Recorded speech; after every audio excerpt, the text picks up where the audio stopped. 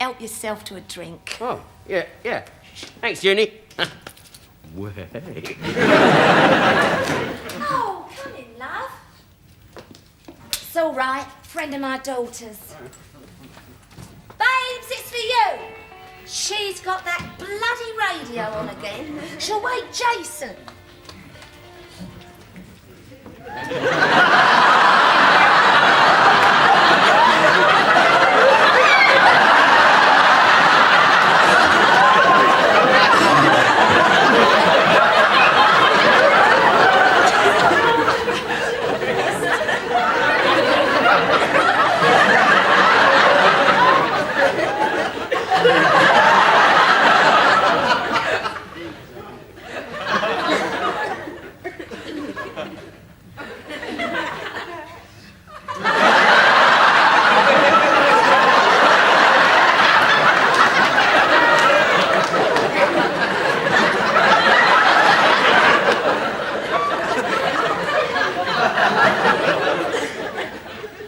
You little plonker. What are you doing here? What am I doing? What are you doing here? Well, this is where Debbie lives, isn't it? That bird from the Here, you're not trying No, I am not. You've been out, I'm a friend of her mum's. Yeah? When'd you meet her then? It's 1964. Well, you've only just come round to see her? No, I was engaged to her, soppy. What, another one? Stone me, though. You've been engaged more times than a switchboard, haven't you? Don't you start getting lippy. You know, I don't know what you brought that round for, because I ain't got a record player. It's all right, I ain't got a record. You are a saucy little dick, you really. Oi, I got one of those at home on a sideboard. Yeah, all right, well, I'll get you another one tomorrow, won't I? Yeah, you better. Oh, Junie. June. Look, you'll never guess who that is. That is little Rodney. You're kidding. No, I'm not, straight up. I don't believe it. The last time I saw you, you were about that high. How old was he, Del? Then about 2.5. Anyway, it's very nice to meet you again, Rodney. And you, Mum. Oh, leave it out, Rodney. You're making me feel quite Tom and Dick, you really are. You can call me June. Oh, thank you. Debbie won't be a minute. She's just putting some clothes on. Oh, she needn't bother. What? Oh, no. I meant, you know, she needn't bother to put on anything special. I was thinking, actually, if you two wanted to go out and, you know, chat about old times and all that, well, you know, I'm sure me and Debbie wouldn't mind babysitting. What do you think, Del? I daren't tell you what I think, Junie. Come on, let's go out for a drink, shall we? Yeah. Hello, Rodney. Debs? You all right, darling? Oh, watcha. You two met? Yeah. Yeah, I came in the paper shop this morning for a dirty magazine. No, actually, listen. I was just saying that you and me wouldn't mind babysitting if Del and your mum went out for a drink. Yeah, that suits me. I'll get my coat. Yeah, all right, darling. Yeah. Boy, I'd do that up if I was you. You get a cold on your chest. Oi, it's Debbie's house, she can do what she likes. You want a brandy, Debs? Brandy, eh? You're splashing out, aren't you? Yeah, well, of course, he's celebrating, isn't he? Celebrating what? Oh, hasn't he told you? He's just heard from the clinic he's got an all clear.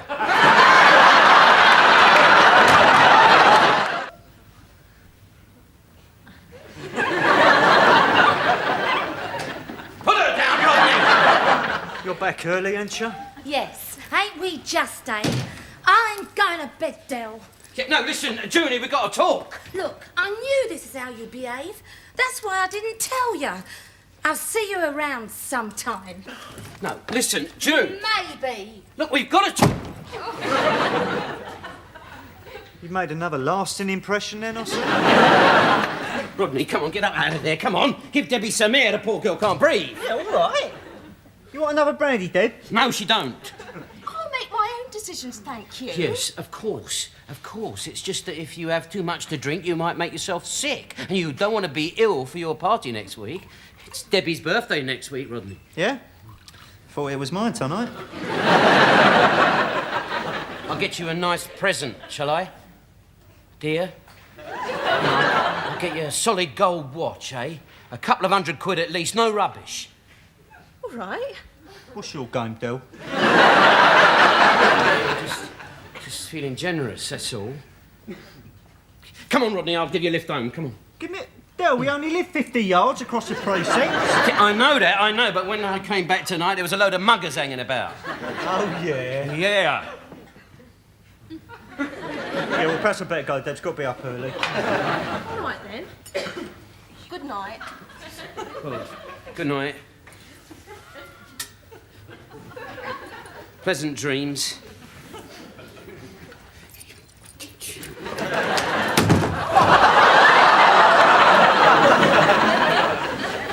Well, night, Debs.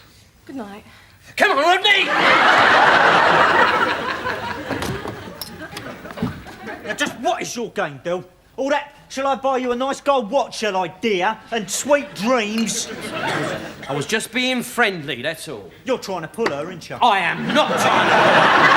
What do you think I am, some kind of sicko or something? Well, you're trying to interfere between me and Debbie, aren't you? I am not trying to interfere, Rodney. Now, listen, Rodney, look, I don't think that you two are right for each other. It's got nothing to do with you.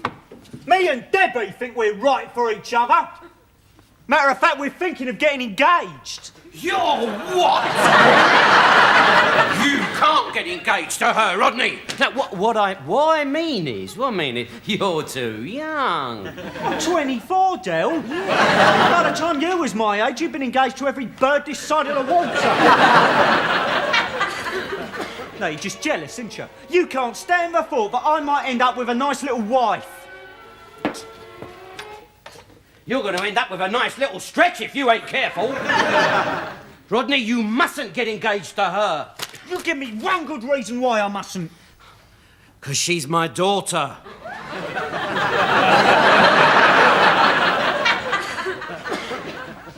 That's why.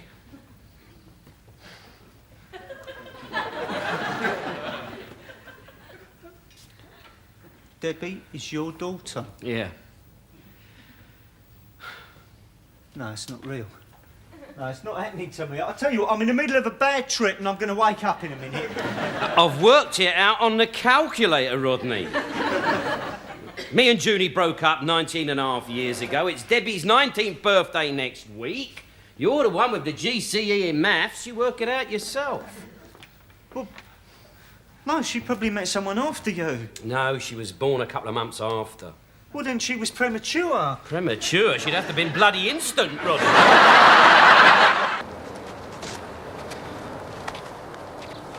All right, Trig? Yeah, I'm all right.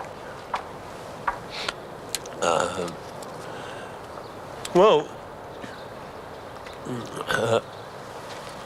Yeah, it's all right. I know, Trig. I know, mate. You going back to the flat, are you? Yeah, I'm coming back. Yeah. Do us a favour, will you? Go and open up. Yeah, I've got one or two things to do. Go bung the vicar a couple of quid, that sort of thing. See that three over there? They're the North London branch of the family. You know, make them welcome, will you? Keep your eye on them, eh? Yeah, sure. Thanks. Cheers, Trig.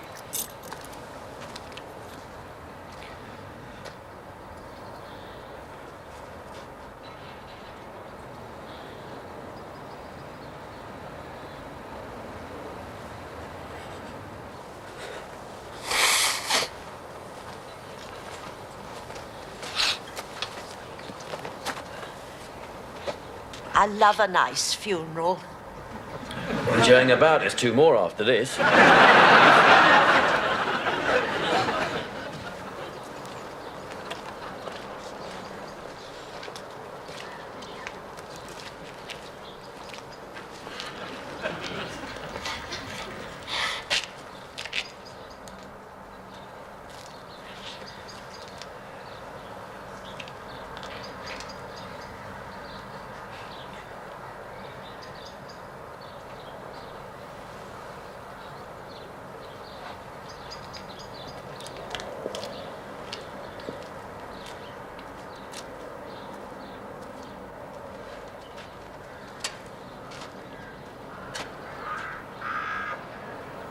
Sorry.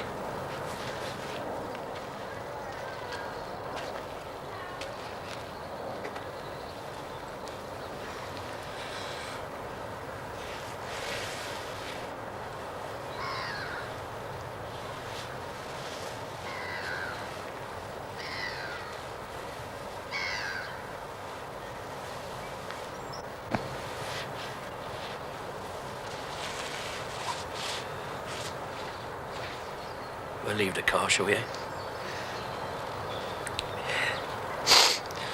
We'll have a nice little walk, eh? Yeah. Can't listen to a nice walk, eh? Come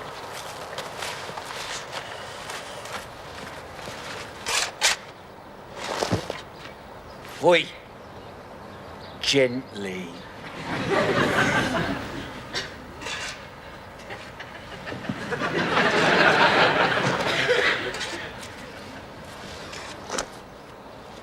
Well, Michael, how's business in the pub?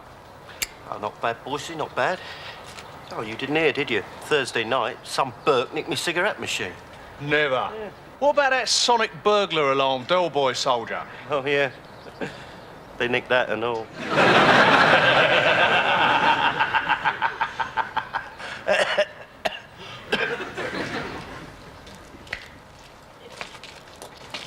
Just make some excuse, Stan. Say we're in a hurry or something. But it's a funeral, love. We've got to get all the way back to North London. If we don't leave now, we'll cop the rush hour. Look, I don't want to go back to their flat either, Jean. But I'm family. I want to go back there. He was my brother. It's got nothing to do with you, Uncle Albert, so stay out of it. What do you mean he was your brother? You and him didn't talk to each other for years. Me and your Aunt Ada didn't talk to each other for years. But she was still my wife. Come on, we'll go back for half hour. Show our respect. Anyway, we'd only have him whining all the way home. Don't you dare light that pipe in my car. It was a lovely service, Vicar. Thank you very much. Has anyone seen my hat? It was here.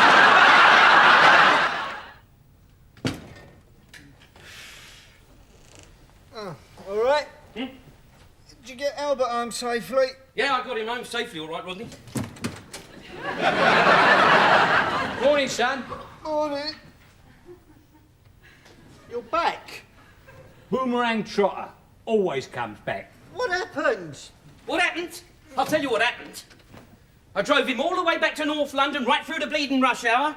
And what did we find when we got there? Stan and Jean have moved.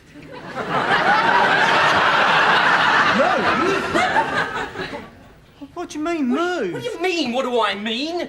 They hooked a caravan on the back of the Cortina and they've had it away. This was lying where the caravan once stood. It's just me clothes and a few personal belongings. What? Yeah. You mean that's all you've got in the world? No, we've got to go back tomorrow to pick up his parrot. How could they do this to me, eh?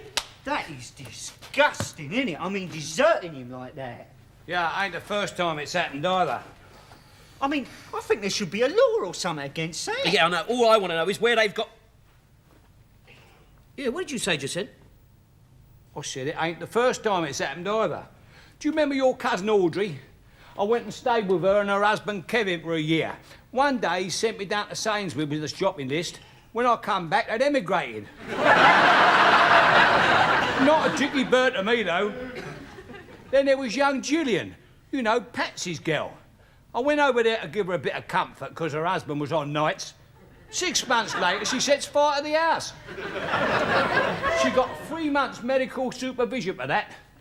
I can remember thinking as I stood on the ledge and jumped into the fireman's net, that's gratitude for her. And I've got a funny feeling, Del. So have I, Rodney.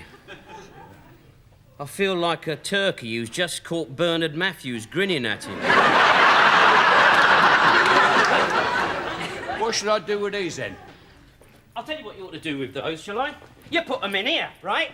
In they go in there, because you're not staying here, all right?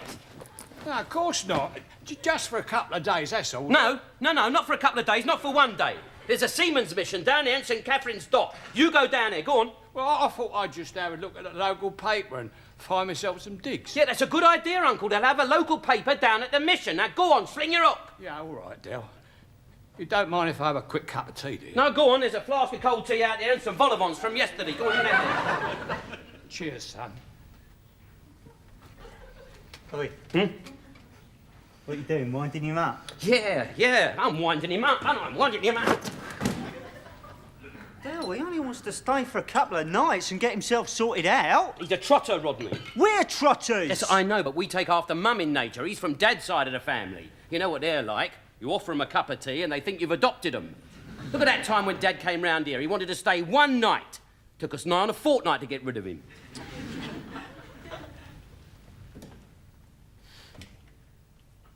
But Uncle Albert might not be like that. Oh, leave it out, Rodney. You've heard him yourself when he was telling us about that time he came round the Cape of Good Hope. He was 3 months on the same wave. I don't believe you, Del. I do not believe that you, of all people, could... Where do you think you're going? I'm going down a cafe. I'm going to get some grub and some better company.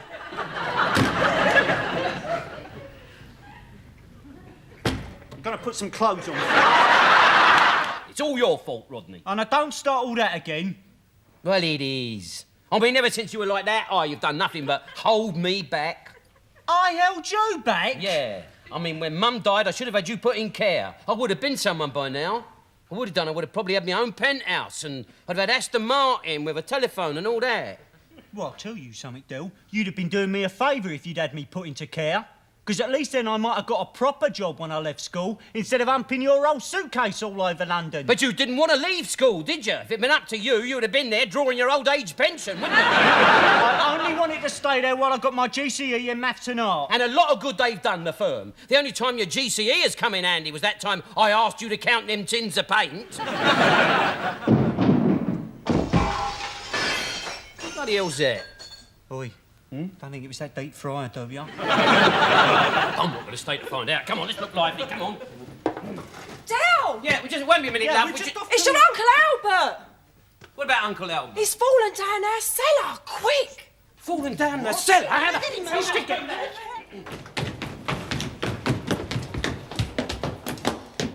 Well? No, Del. The old neck's gone. No. I mean, what happened? Oh, I don't know. I just looked up and there was Uncle Albert plummeting towards me. Me? Hold on, where is he? Oh, he's over there somewhere. How the hell did he get over there? He hit the plank and bounced. Well, he went through the air like one of them springboard divers. My neck done half hurt, Del. Your neck? Uncle Albert nearly ends up in a jumbo's flight path and all you can think about is your rotten Gregory. Oh, come on. You all right? I'm a bit shaken and dazed, Rodney. Yeah, it's probably jet lag. Yeah. Come on, get him onto his feet, Rodney. Come on, up you come. Fancy leaving an open cellar door unguarded. Oh, good mind to sue the brewery. Yeah, put your arm round Rodney. Sue the brewery? Put him down. What the hell do you think you're doing? No, you just said pick him up. I know what I just said, but you don't know what sort of damage he's done. He might have broken something. Yeah, he has. About 4 dozen bottles of Guinness. Come on, Del, there's nothing wrong with him. He said so himself. Yeah, but how does he know that? How does he know that? He might have hit his head and got percussion. Hey, look, the first thing to do in first aid is never move the victim, right? You'll have to move me soon, Del. The last bell's just gone. See that? He's got ringing sounds in his ears. This is even worse than I thought, Rodney. Quick, nip upstairs and get on a telephone. Right. Yeah, phone for a solicitor. Yeah. A solicitor? Yeah. Del, you can't sue. You don't want to put money on it, do you, eh? Him falling down that hole could be the biggest bit of luck we've had in years. But, Del, if he'd hurt himself, there'd be little signs, wouldn't there? Like blood and pain. His hat ain't come off. How's that, all right? Don't give us all that Quincy cobblers, Rodney. You don't know how bad I am. You see, you don't know how bad he is. Now, quick, whip upstairs and phone Solly Atwell. You'll find his number in the yellow pages. Go on, look lively. Solly Atwell's our solicitor? Yeah. Bloody hell, he's more bent than the villains. Just the sort of man we need in a case like this, a specialist. Go on, get on the blower. All right, You don't mind if I phone for an ambulance first, though, yeah? Ambulance. Ambulance, good thinking. That looked great on the report. Well done, Rodney. Come on, away you go. The old brewery are going to pay through the nose for this. I told you something had turned up, didn't I, Del? That's all right, Uncle. You just conserve your oxygen. That's right. Yeah. Uncle Albert, did I hear you groaning in pain? No. Well, why not? Come on. Oh. What is it now? Well, I'm very surprised. I came down here expecting you bunch of wallies to sound like a cat being doctored without anaesthetic.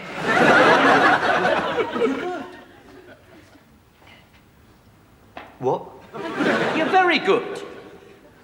All right, you're not quite up to the standard of Spanner Ballet or Durham Durham. There is something about your music that I like. It's got something. I only hope it ain't catching. If this is all some build-up to some very funny joke, would you just tell us all now and stop wasting everybody's time? It's not a joke, Rodney. No, not a joke. I mean it. I'm very impressed. Very. Bravo! Bravo! Of course, you do realise that you're all going to flop like a jelly on a wet mattress, don't you? Oh, yeah? Why are we going to flop? Because you're undisciplined. You ain't going to go nowhere until you get your act together. Yeah? Well, my mate's cousin works for a record company and he reckons he can get us a contract. Oh, yeah? And my mate's a doorman down at Chelsea, but he can't get me a bloody game, can he? Now you're still rough around the edges. I mean, why don't you take a butcher's at yourselves? You look like something a cat has dragged in and then dragged out again. Shut it. We like looking like this. We're Marxist, Trotskyite anarchists. Yeah. So why do you want to be superstars then? Because we want to be rich, Marxist, Trotskyite anarchists. Not too rich. No. Just a little bit rich. Money ain't everything. No, but it certainly takes the sting out of being poor, though, doesn't it? Now, it strikes me that what you need someone to steer you in the right direction, you know, look after your interests. Well, what you need is a manager. Now, hold on. Don't look at me. No, because the bloke who comes your manager, he's got to buy you all new equipment, hasn't he? I mean, you've got to get new drums, new guitars, and new set of speakers. Oh. No, that's going to cost an arm and a leg.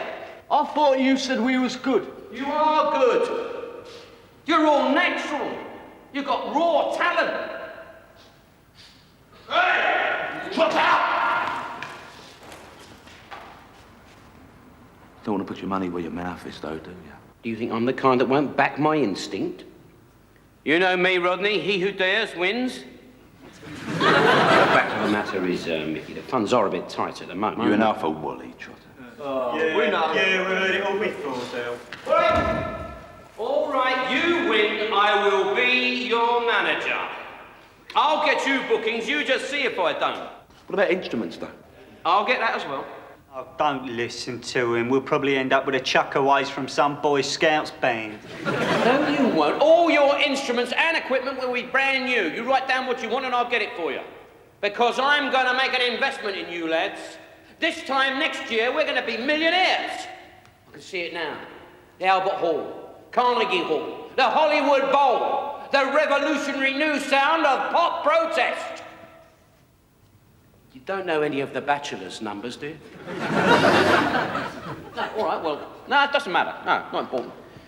Well, you carry on rehearsing, because I'm going to put this show on the road. But come on, let's hear you. Your manager has spoken. Right.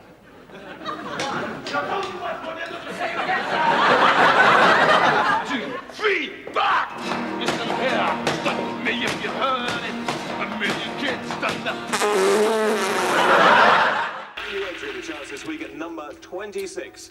4 guys from South London. This is Boys Will Be Boys from a bunch of wallies. Well, maybe old Trig could knock some out down a council depot tonight. Oh, shut up! Noise. Think.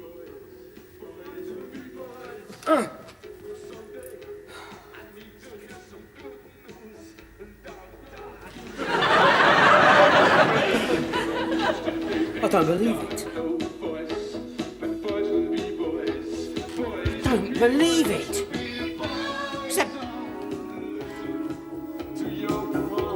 It's that bunch of Wallies. What do they think they're doing? They're on top of the pops.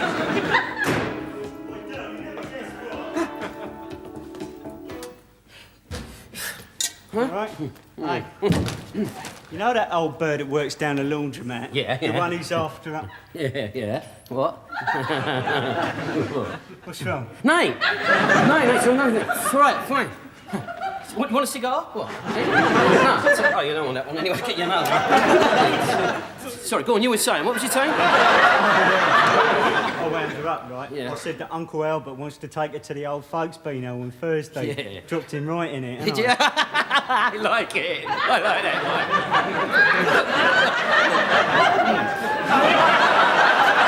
Are you sure everything's all right? No, it's Triffico. It's Triffico, Rod. No, it couldn't be better, mate. No. Oh, right. Hey, Chop of the Pops is on. Yeah, no. Well, yeah, but the telly's broke. It's broke, that. Yeah. Oh, watch it on the black and white. No, that one's broken. Oh, look. It's all broken, that, yeah. Oh, well, it's got to be a fuse in the socket. No, it's funny. I tried all that. I tried it. No, it's all, look, it's absolute broke. I've got to get the firm in the morning. Yeah. Absolute gnaws, isn't it, eh? Yeah. Oh, well, I might as well give Albert the good news, Yeah, eh? yeah, go on. Keep going. Go in. He's in his room. Go on. Right. Yeah. Shh. Uncle Albert. Hello, son. You all right? Oh, he go bloody divvy when he finds out. Oh, God. I want to act your age a little bit, you interfering little... Can't you have a word with him, Del? He's only come in there to annoy me. I don't want to go on no old folks' beano. Well, don't go then, don't go. Listen, I'm off out. Don't mention it to Rodney. I doubt if he'd want to go with you anyway. He's watching Top of the Pops on the portable. Oh. Hey, it's my book. They're in the charts.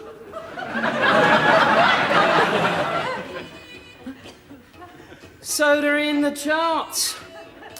Marque de fabrique, as they say. They could go to #1. They could have a smash hit on their hands. All right, so you have a smash hit on your hands. You might not get another one for the rest of your life. I always said they could make it, and you convinced me they couldn't. That's always been your trouble, Rodney. You're too easily swayed. And what about me, eh? What about me? I was their manager. I'm going to stick this right up your jackson. We're just off for a couple of weeks to the Seychelles.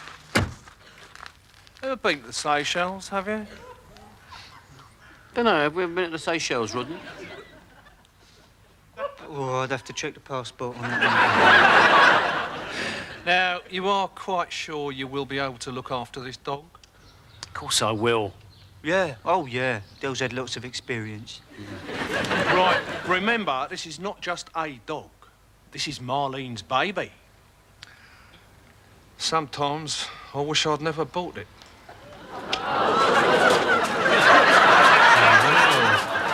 Oh, they told me it was a Great Dane. Oh, didn't I? That must have slipped my mind. I thought it was a puppy. Gordon Bennett. Duke, this is your Uncle Del and Rodney. He's lovely, ain't he? It's terrific. Take him for walkies first thing in the morning, once in the evening, and then again last thing at night. Now, when it's his bedtime, you put a blanket over him, and then you talk to him for a while. Don't want me to bring his wind up, do you? He should be all right. And don't worry, he's house trained. Hey, we live in a flat. And in here's his vitamin pills. One in the morning, before breakfast, not after. Marlene, come along, for God's sake. We do have a flight to catch. Come on, kiss him goodbye. Yeah, bye, Del. See you soon. For God's sake, the dog, Marlene. Yes, bye. Bobby, Dookie's gonna miss his little mumsy wumsy, isn't he? Her mummy's gonna miss her little Makes you want to throw up, doesn't it? I'm a bit Tom Dick myself. Come along, Marlene, we're going to miss that plane. Yes, come on, Dookie.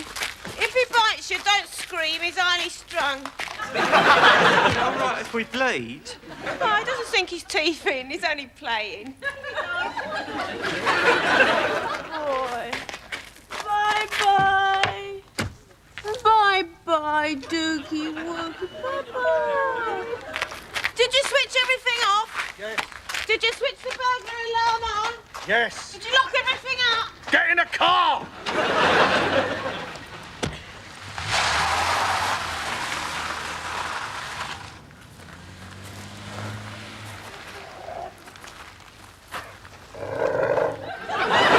Jump in. After you, Del. I got to get the food. Oh, wait. Here. Here, look at this, Rodney. Look at it, steaks, look. Chicken breasts, veal scallops. Oh, we're going to eat all right for the next week or so, eh? Boy, it's supposed to be for the dog. You must be joking. That thing's going to get a bowl of Kennemeat every day and think itself lucky. And what if Marlene finds out? And how is she going to find out? Suppose Dookie's going to grass us up, is he? Come on, Rodney. Here you are. Come on, do some work for your living.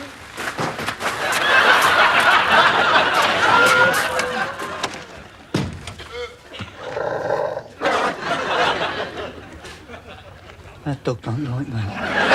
He's all right. We can smell fear.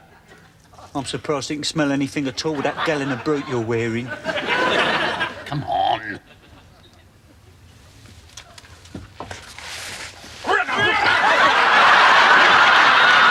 What's wrong with me? Nothing. Nothing? You mean I've had stomach pumps and enemies, glucose strips, students drawing all over me belly with felt top pens, and there's nothing wrong with me? Oh, it's great, isn't it, eh? I noticed you didn't come and see me last night. Suppose you're too busy visiting that dog. Fight for your country and risk your life in sea and flame, and you get old and everyone forgets you. Listen here, you silly old sausage. We couldn't come and visit you last night because you was under observation. Oh, don't give that to me, son. Well, we bought you some grapes. Yeah? Where are they? We ate them. I see. I lay here last night, tubes sticking out of every place you could stick them in. Couldn't sleep, pills wouldn't even work, and all the time you two were eating my grapes. Oh, come on. We did miss you last night. Did you? Yeah. We had no one to spit the pips at. Come on, Jules, get him out of here. He's giving me the hump. Any problems?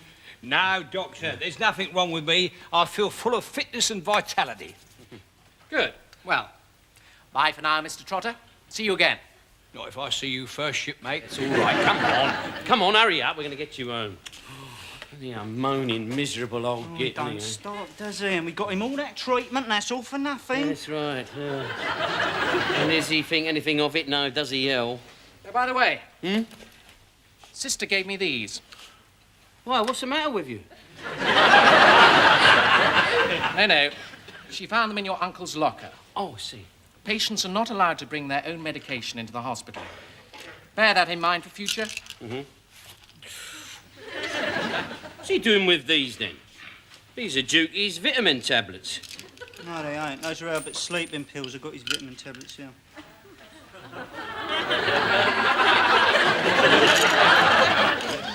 No. You've been giving Dukey his sleeping pills. Because they was on the sideboard and I just... Albert's been on the Bob Martins.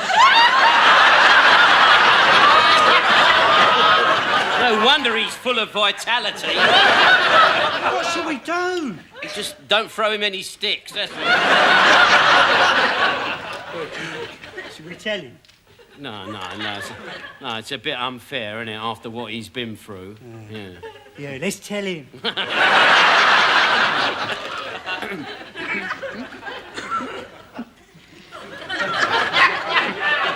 look, He's miserable enough as it is, isn't he, eh? Yeah. You probably think he's going to turn into a werewolf or something. Yes, we just keep stum about the whole thing and no one will be any the wiser, right? Just want to keep a very close eye on him when he goes past lampposts and things. Wait. All right, come on then, Uncle. We're going to get you home, and then Rodney's going to take Dukey out for a run, you see. Yeah. Actually, you can come as well, if you like.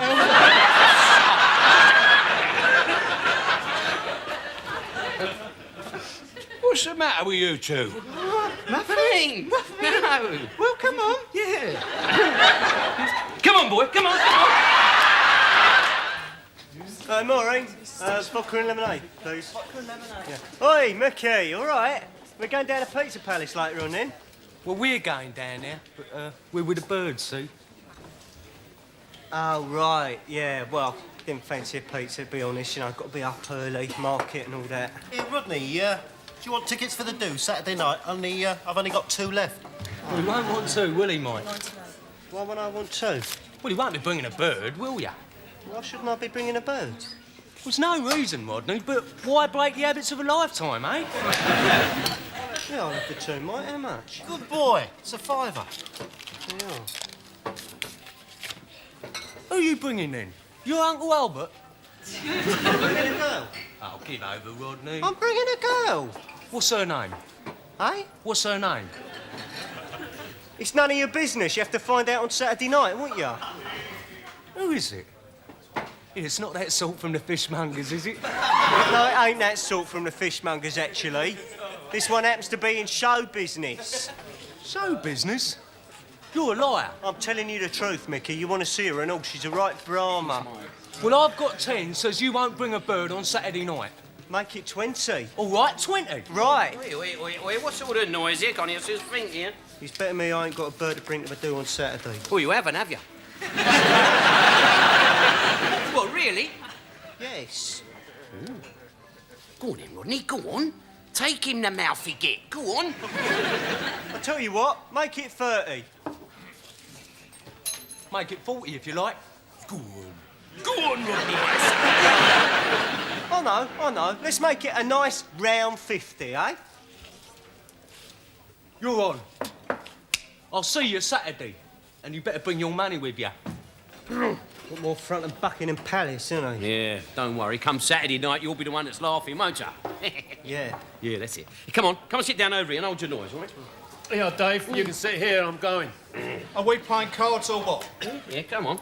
Oh, about bloody time and all. Right, it'll be down to you then, boy, see? Here, keep your money to yourself, will you, because of old Hawkeye. Oh, yeah. Right. OK, I will go £1. Yeah, go on, I'll have some of that, £2. 4. 8. 16. 32, go on. 64.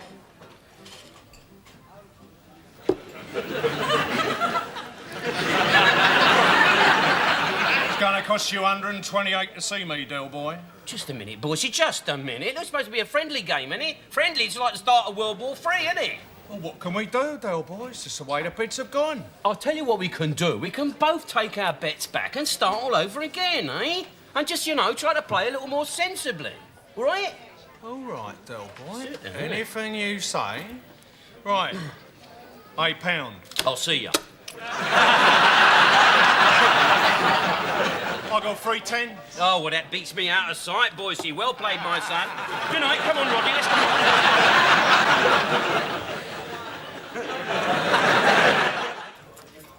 My name's Yvonne. Oh, I'm Rod. I ain't seen you here before. No, well, that's probably something to do with the fact that I've never actually been here before. So, do you work here? Oh, no. I'm in show business. Really? You ain't done any films, have you? Oh, well, there was a couple when I was younger, but I'd rather not talk about it. I just called in here tonight on the off chance. I was hoping I might bump into some friends. I heard someone was throwing a party tomorrow night. Yeah? But now it looks as though I'd have to spend the evening in on my own. Oh. Yes, I've got absolutely nothing to do tomorrow night. Listen, I've got a couple of tickets for a do. It's only a pub. Oh, I'd love to go with you, thank you. It starts about 8:30. Oh, I'll see you there. Well done, I'd better write the address down for you. Oh, it's all right, I know where the Nag's Head is. Must rush. Oh. Here you go. Don't tell me you've pulled. I have. You haven't.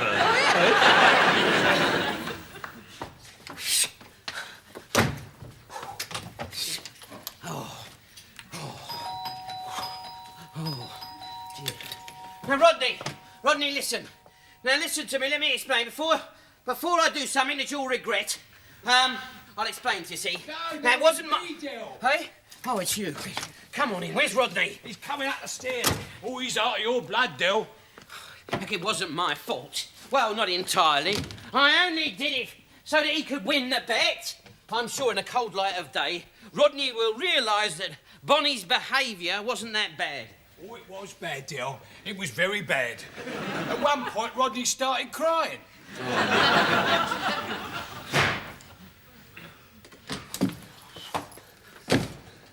I'm gonna kill you. Be careful now, listen. Don't be a plonker all your life. You set her up to going out with me. I did not set her up. I paid her.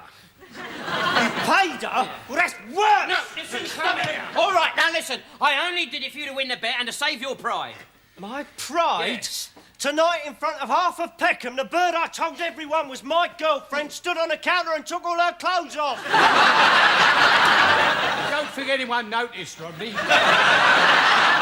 Well, you certainly noticed, Uncle, because you stood on a chair to notice. Yeah. And at one point, he almost knocked you off. That's right, he said. No, listen. All right, so she had one too many gins. I didn't know she had a drink problem. No. I found out a couple of new things about her as well. I didn't know she could juggle like ale bottles. I didn't know she couldn't sing. And where did that snake come from? I don't know. Nobody knows where it went either. That's it, isn't it? I will never, ever live this evening down. This is the sort of stuff that legends are made of, right? I was there telling everyone how me and Yvonne was thinking of getting engaged, and I turned round and there she is, stark with nothing on. I had her singing in one ear and hitting Sid in the other. Yeah, but you won your bet, didn't you? Yeah, I won the bet, all right. Ah, good boy. Did Mickey Pierce pay up? Yeah, he paid up. He was laughing, but he paid up. All right, come on. Let's have the 50. What's this? 50 pence? Yeah. Oh, I bet I know what you thought. What's he brought us here for? God knows. I don't like these places. They make me feel queasy. Oi, so are you two. No, it's nothing. It's just Albert. He don't feel too well. How bad is he? I mean, is it worth our while taking him home? Oh, I ain't that bad, Del. Oh, good. Well, you just sit back and enjoy yourself then. Enjoy ourselves? Del, we are £2,000 in debt. We have a garage load of hooky doors and a mob of irate Rastafarians after our blood.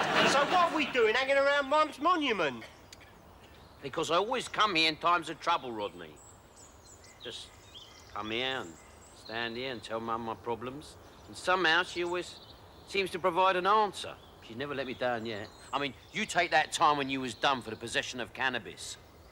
I just came here and I told Mum that her little baby was in trouble with the law, and it was almost as if I could hear her voice saying to me, bribe the old Bill, Del. And what happened? When the case came to court, the police could provide no evidence. You told me you got a 250 quid fine and a suspended sentence. Yeah. Well, 3 days before the trial, this plonker pleaded guilty by post. Mum wasn't to know that, was she? Now, don't worry, she'll come up with a solution to our financial plight. Come on, sit yourself down. Just relax, Rodders. Now, just look around, Rodney. Just think. One day all us trotters will be here. Well, I don't know about you. It's all right, Del. I'm with the co-op.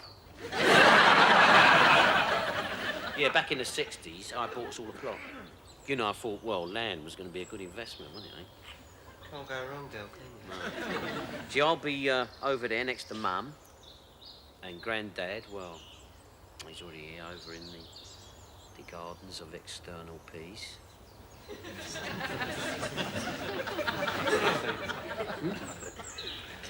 Oh, yeah, you, well, see, look, see right over there? Right over the back there, look. Yeah. Yeah? See that, can you see the big pile of stinging nettles? Yeah. There. Under the stinging nettles? I ain't going to be buried under a pile of stinging nettles. I ain't going to bother you, Rodney, is it? Because you're going to be brown bread. It's when his family come to pay their respect. Yeah, well, have no family, will he? Because I'll be over there next to Mum, and you'll be picking up your divvies. He'll be married by then. How's his widow going to tend his grave when it's covered in stinging nettles? Well, she'll have to buy herself a decent pair of gardening gloves, won't she? Think of it, I've got a beautiful pair of gardening gloves in the garage. They retail at $4.75 normally. You can have them for a nicker. I don't want any gardening gloves. It's charming, that, isn't it, mate? Charm. Never a thought for the poor old missus. There she'll be, all swelling and blotches all over her hands, a poor little mare. God. I don't believe this conversation is taking. In 35 seconds, you two have married me, buried me, and given me widow's skin trouble. Into the future, ain't you, Uncle? Not if I can help it, Uncle. Oh, yeah. I like looking into the future. I find it very reassuring to know that whatever happens down here in this mortal curl, that one day we'll all be together up there in heaven, forever and ever. Amen. Do you believe in all that heaven and what have you? Oh, yeah, it's true. I read it in a book. Well, we can't leave him out there, can we? Well, what do you want to do then? Phone the Coast Guards? I mean, a bloody great pike can come up and have him for his supper. No, one of us is going to have to go and get him. Come on, Rodney, I'll hold your shoes. Hey, I ain't going in there. This is no time for second thoughts. Look, that is not a butterfly out there. That is Denzel's money. So how come I've got to go in and get it? Because I'm not a very good swimmer. Nor am I. I know, but you're taller than me, ain't you? Take you longer to drown. Look, it's only shallow. How shallow? Well, I don't know, do I? Get in and see.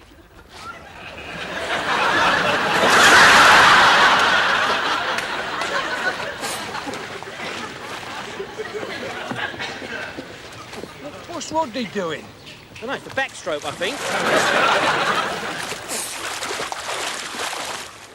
Our £3 you see, look, it's out there on that lily pad. Well, I begged him not to go in. But pity you weren't here. This is right up your street, this, isn't it? I can't swim, Del. You used to be a sailor. Don't mean a thing. Nelson couldn't swim. Of course he couldn't. He'd only got one bloody arm. He'd be going round in circles, wouldn't he? Here, Rodney, see? Not as bad as you thought, is it?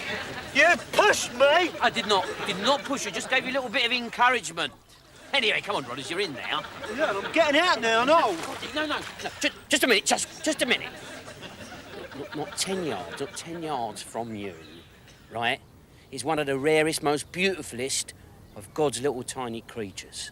And then Wally's in that magazine of yours. You're going to give us £3 for it. But I don't care, Derek. I'm still getting out. Listen. Look, we give Denzel back his £2 and there's a grand in it for ourselves. I thought you said you give Denzel £3. It's funny that, because Denzel thought I said that and all.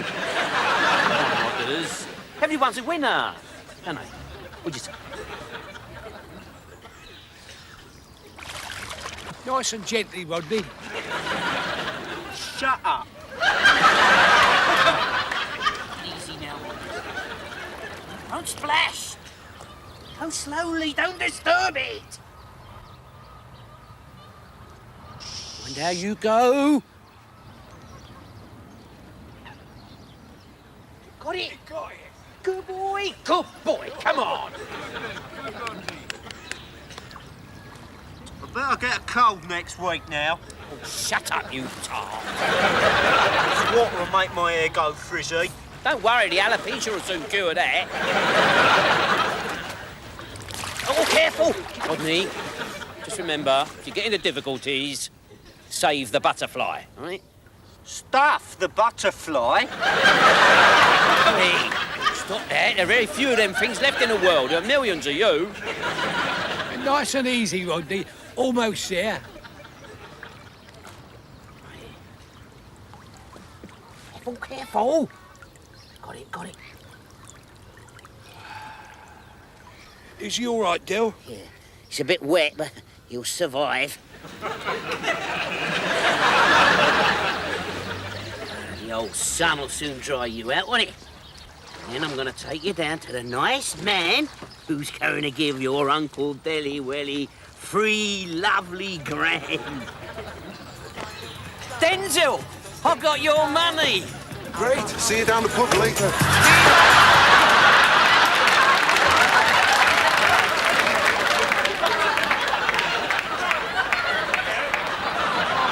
Excusez-moi, monsieur. Je ne suis pas français, mais allemande. Allemagne. Deutschland. Germany, yeah? She's German. Oh, it's all right. Panic over, Mike. Bamber's cracked it. Where you was? I can speak a bit of German. Can you? Yeah, I was over there just after the war. Yeah, shut up. Come on, sit down. Come over here. Right, sit down now. Now, listen to me. I want you to ask her what her name is, you know, where she lives, her address and all that sort of thing, all right? Right, lead us to me. What is your name?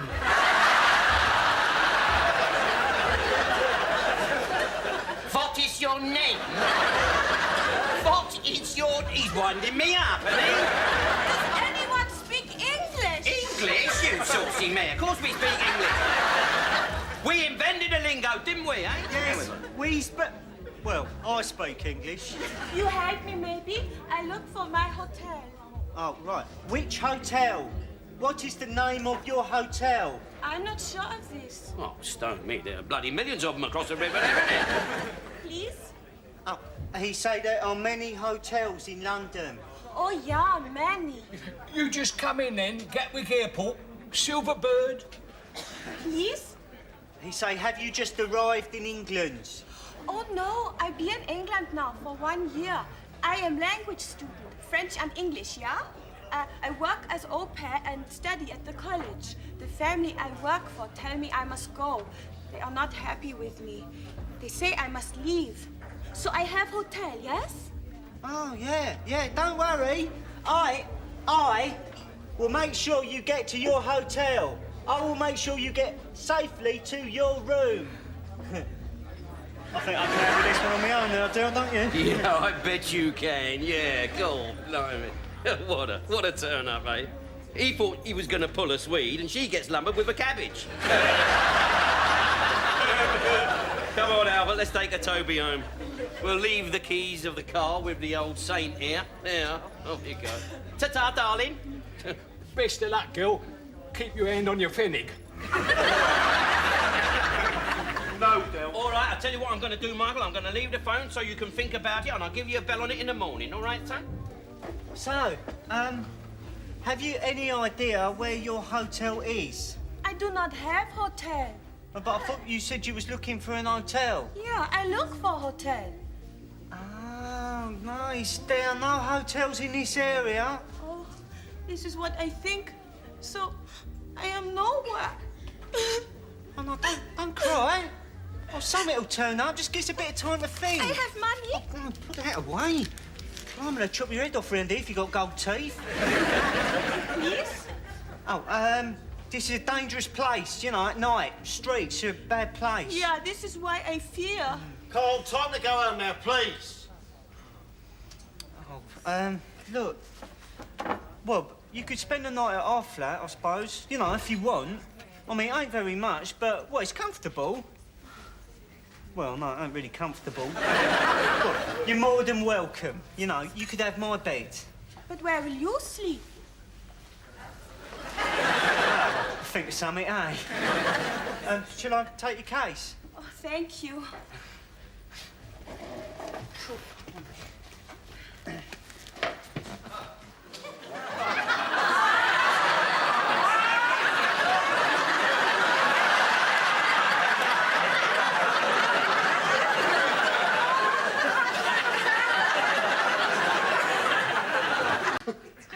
supposed to know, Hubert? It doesn't take a Dr. Bleeding Spock to work that one out, Rodney. You will look, I'll take her out tomorrow and I'll get her a room, eh? Yeah, Rodney, what happens if that sprog of hers decides to clock in tonight? Here. I don't want to worry you two boys, but unless I'm very much mistaken, that young girl out there's up the duff. Why don't you go out and hit an iceberg, Albert? I don't understand this. I just do not know what's happening to me lately. I just do not know what's happening. I've got more relatives crawling out of woodwork than Blake Carrington. And now I'm taking in the waifs and strays of Europe. Oh, yeah, well, that's why we got her help, innit? Because we're in the European community now. We've got to stick together. Pity her knees didn't. Come on. We have got room in the flat, haven't we? I mean, it's only one more person. Yeah, but it's one more person who's about to become two more persons. On the other hand, it could be twins or triplets or quadruplets. Yeah, well, he's right and all, Rodney. I mean, she could be sitting out there with a belly full of people. Need one hot bath and we could get chucked out for overcrowding. No, I'm sorry, Rodney. I'm sorry. No, I cannot take the risk. Sorry, no. All right. All right, we'll chuck her out in the street, shall we? But you go and give her the good news, Dale.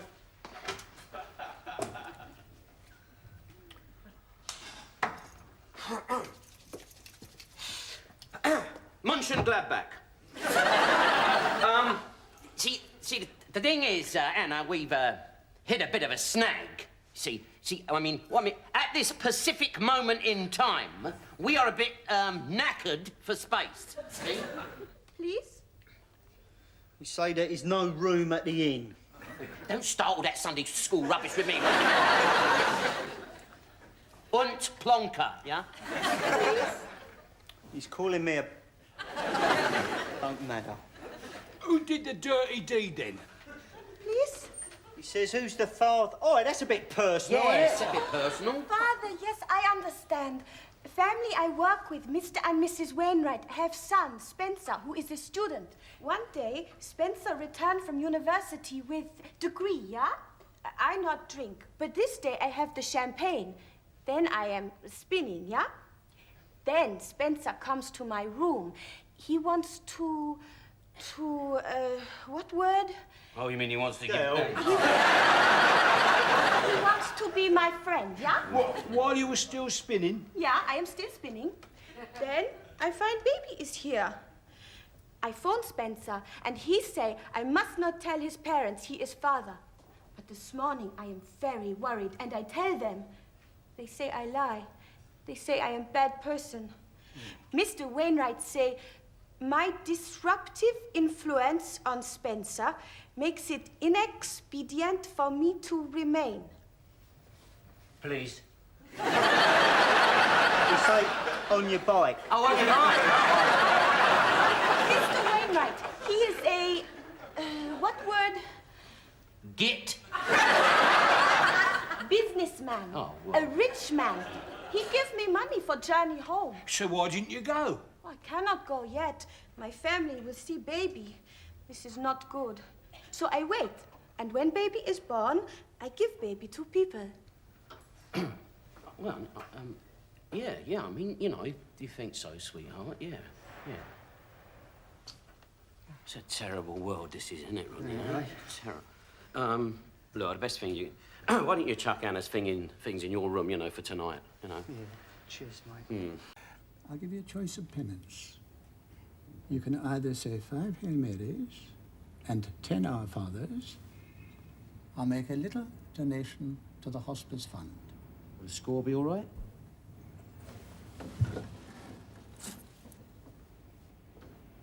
Is that it? All squared? Your sins have been absolved, El. No, Father, I wanted to be forgiven. You've been forgiven. Oh, Kushti. So, what's the fun for them, Father? They're building a new extension to the old hospice, or what? I wish they were, Dale. No. Unfortunately, they're demolishing it. Eh? But why? That's been there for years and years. That's the problem. Over the years, it's become dilapidated.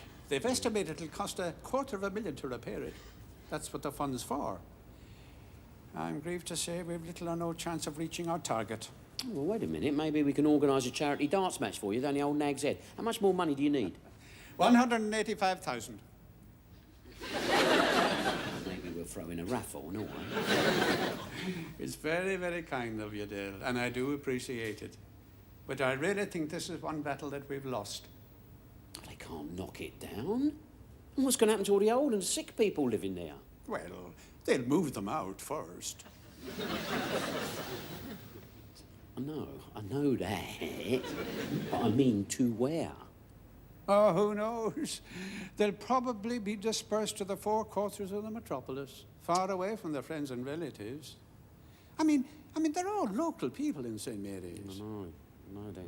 They looked after my old mum, you know, when she was ill. So they did. Treated her well and all. Yeah. And my old granddad. Huh. Bless him. Mind you, he used to moan a lot at them. They can't knock it down. Can they?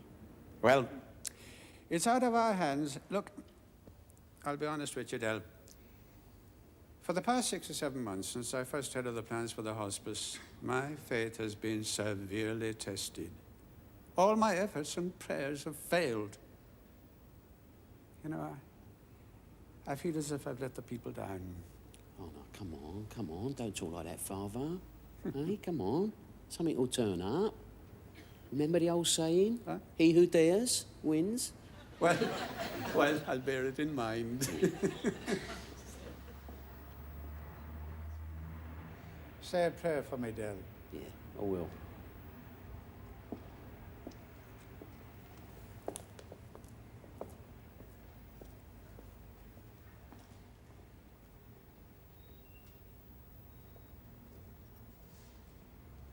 Sweet Jesus. Derek! I'm putting it in. Come down here, quickly. What's happening? Come and see this. Hurry! What is it? Look. Huh? What?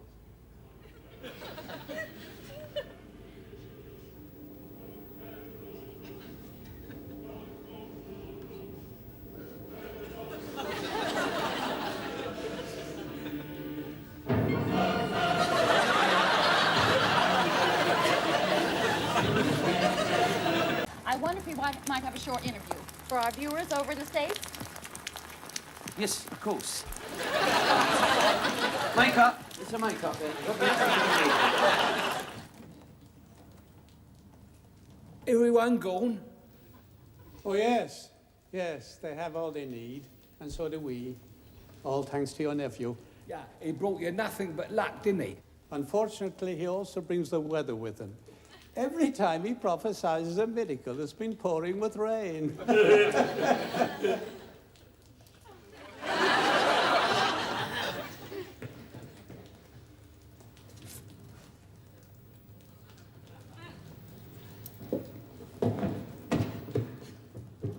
And what form do these divine messages take? Well, what happens is I get this strange sort of feeling rising from the centre of my body. At first, I thought it was a dodgy mutton teacup. Then I realised that I was, in fact, a prophet. You know, many are called, but I'm afraid few are chosen. I do not want any reward for the work that I have done for the elderly and sick in the community. No medals, no OBEs, no Nobel Prizes, no, none of that. I would like to think, however, if there is any money left over after repairing the hospice, that they might build a new wing and perhaps name it after me. This would give... Thank you. What? Hey! Sorry, viewers, the Lord's work calls. Rodney, check us on.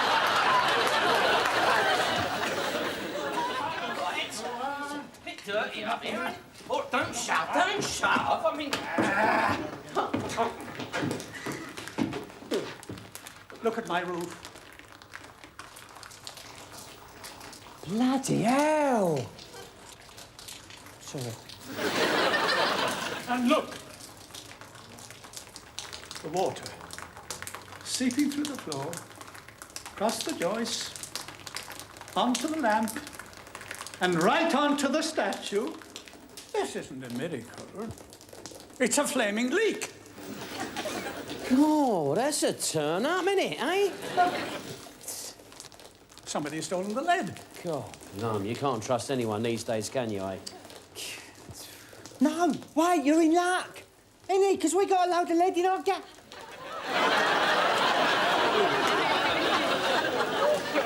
I don't believe you. So this is what you bought off Sunglasses Ron and Paddy the Greek, isn't it? Yeah. I didn't know it at the time. Otherwise, I wouldn't have touched it.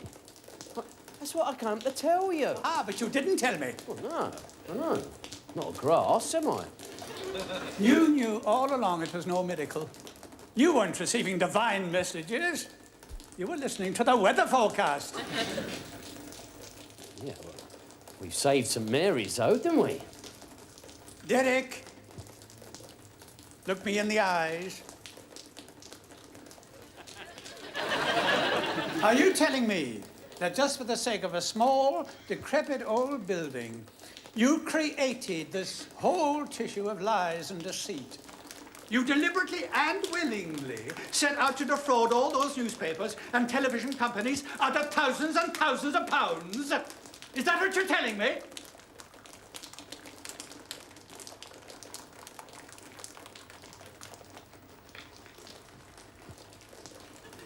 God bless you, my son.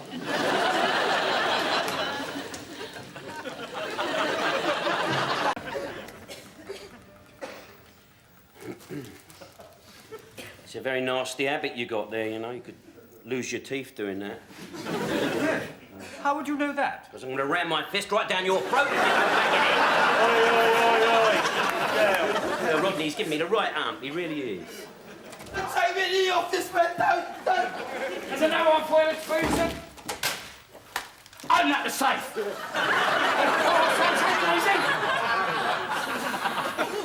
Who are they?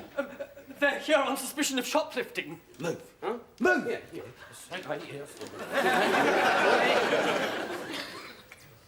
Ain't I seen you somewhere before? No. I ain't been anywhere before, have I, Rodney? No, he stays at home all the time. Go on, open up the safe. Yes, of course. I'm a right villain, I am. A real hard nut. Yeah, terrific. Yeah. Hey, what's with the hands in the air? You've got a gun in your other hand, haven't you? No. Come on, let's not be formal. Put them down. Do you know the secret of my success? No. Planning. No detail is left unturned, no stone unchecked. I plan everything down to the last second. Excuse me. I'm terribly sorry, but I can't open the safe. What's he saying to me? Oh, come on, don't be a prat, sir. Open the safe for the nice man. I can't open it. The combination won't work. What's the time? It's about 5:20. No, it's 6:15. Bloody watch! It's always going wrong. My mum only bought it for me a month ago down the market.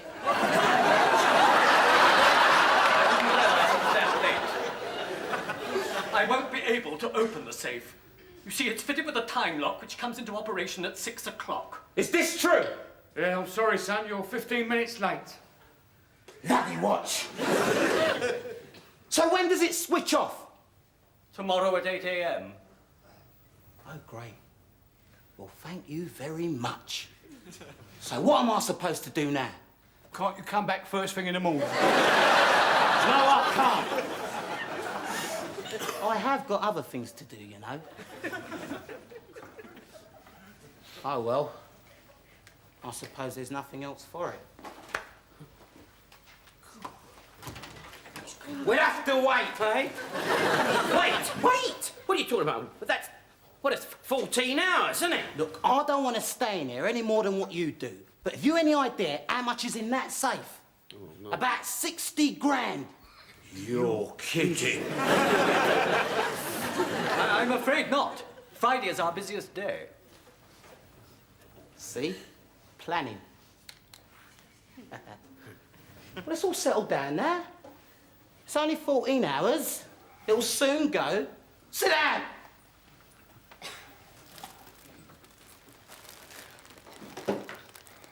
I had a date tonight, too, with that croupier bird from the 111 Club. Charming sort. She's well-spoken, cordon bleu cook, does the business. Months before I have another crack at her. Yeah, I'm well choked for you, ain't I? Don't do anything rash, son. It's not worth it. God's sake, it's only 30 minutes to go.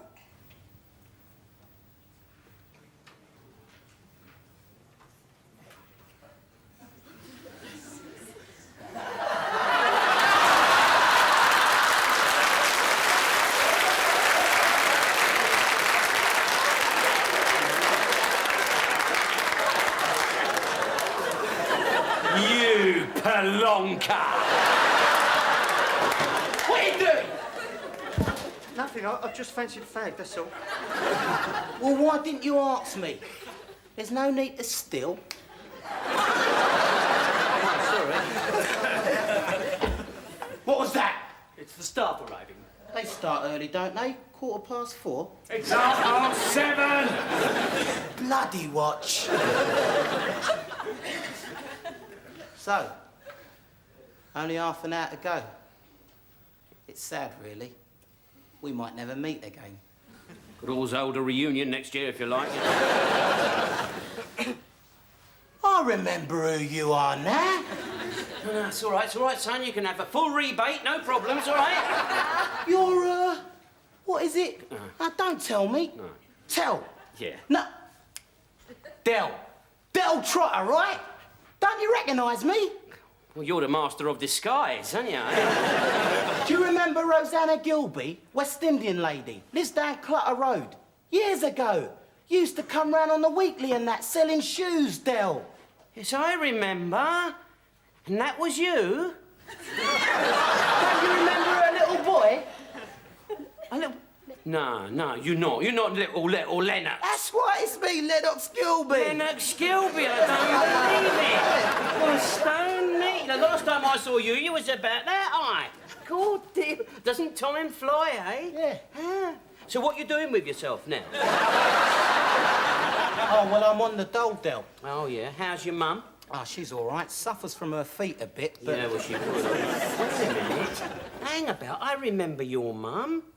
I remember very straight lady, proud, churchgoer and all that. Yeah. She won't know nothing about this, Del. Oh, no. How are you going to explain away £60,000 then, eh? Christmas bonus from the job centre. Listen, Lennox, there are millions of people out there in the same boat as you, but they don't go around robbing everyone. Look, I haven't had a job right in 6 years. Well, nor has Rodney. I've got no future. Nor has Rodney. Look, I haven't done a day's work since I left school, Del. It's a tough old world, Lennox. A tough world. It doesn't give you the right to go around pointing guns at people. That thing is going to put you in prison. Nah, I'm too shrewd. Oh, you shrewd, are you? Shrewd, are you? Very shrewd. Yeah. Yeah, that's right. An hour ago, you were a shadow, right? A man of mystery. Now we know your name, your address, and your mum's shoe size. Listen, come on, Lennox. Give it up now before it's too late. Eh? That gun doesn't suit you. In 20 minutes, Del, I'll be rich. And in 30 minutes, you're going to be banged up. I'll tell you why, shall I? Let's just review the situation for a second, right? All the staff have arrived, right? They started to work out there. Now, you've got to walk through them, haven't you? They're all out there, the shelf packers, the porters, the cleaners, security people. The shop doesn't open till 8:30, right? Now, in order to get out, you've got to go up, ask one of them to go and get the keys to let you out. Before you can say police sniper, there'd be more lead flying about than a fight in a scrapyard. Yeah, you'd never reach your getaway car. Getaway car? Something. Now, come on. Help me out of this mess, Rodney, please. Come on, any ideas, anything? All right, yeah, all right. We'll just have a look at the problems, right? Yeah. Look, on the one hand, right, you don't want to fly. Oh, no. No, that's all right. So, on the other hand, you want to keep your pride intact. Of course I do, yeah? yeah, be straight. Right, right, I've got it. Right, you pretend to be dead keen to get up in them old clouds, right? Yeah. Right, and you put on all the gear and put yourself in the, glider thing, right? Then at the last minute, I come over from the van, rushing up, right, and say, we've had an urgent call come through on our car phone. Yeah. It's brilliant, isn't it, eh? We ain't got a car phone, have we, Dopey? We ain't even got a ruddy car, look. Who's going to know any different, eh? And then I say you've got to rush back to London immediately, right? And you act all disappointed. You go, oh, no, but what can you do? What? And then we're in the van and we're away. Yeah, good boy. Good boy. Well done, Rodney. Well done. Here, listen, now, wait a minute. You're going to stay here, though, aren't you? No, I'll be right here, mate. Good boy, good boy. Hang on. Hey, Andy! Come on then, hurry up. I'm getting a bit impatient to be off, aren't I? He don't know, does he?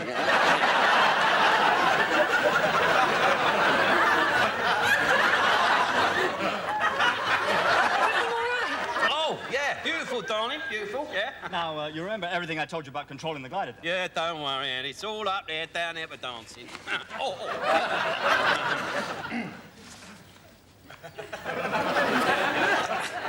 What do you reckon? All the thermals and all that all right up there, Andy? Oh, no. It's one of the best days of the year. Yeah, that's exactly what I thought. Whenever you're ready, Dale.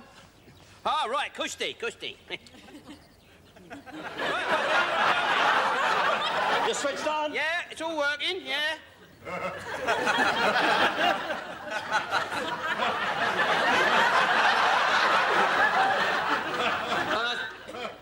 Is that our phone I can hear ringing, Rodney?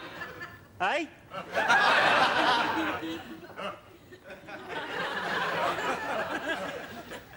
I said, is that our phone I can hear ringing? No. Are you sure? Yeah. We ain't got a car phone.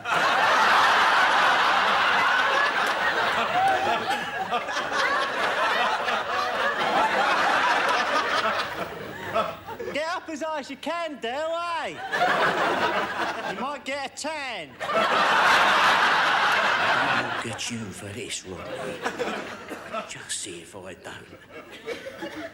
Where are you going, Dale? Yeah, I'm going. Oh, my God, oh, bloody hell. Oh, bloody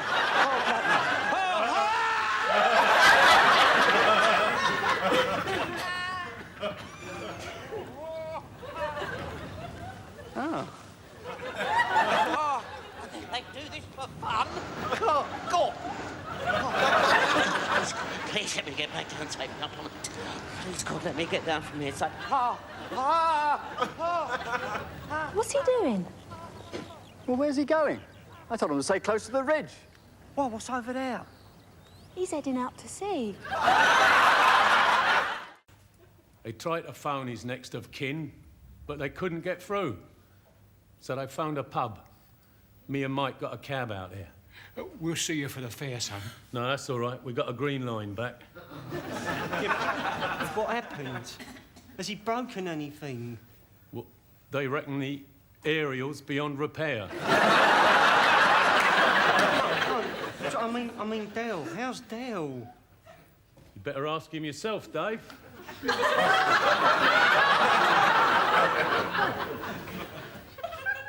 See, you got home safely then, Rodney? Yeah. Are you all right, Dale? Is he winding me up or what? No, he's just a bit concerned, that's all, Dale. Yeah. Are you all right? I'm fine. So what the hospital say, son? He said I may never walk again. Rodney, my brother, I know that in your heart of hearts you never meant to disable me, and I just want you to know that I won't hold it against you. All right.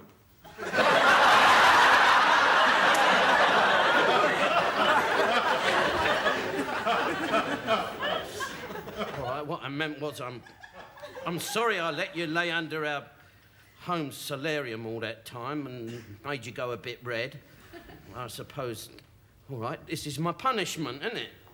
Spend the rest of my life in this wheelchair. Still, could have been worse, still. How? My gran had one with a squeaky wheel.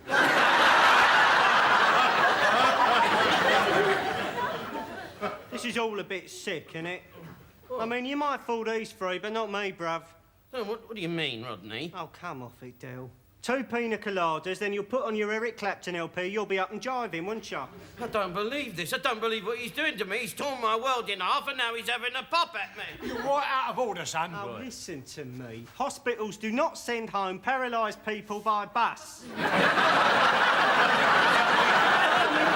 What is it you were after, Del, eh? Sympathy from Lisa or a disabled sticker for the van, eh? You listen to me, you vicious little git. I may never walk again for the rest of...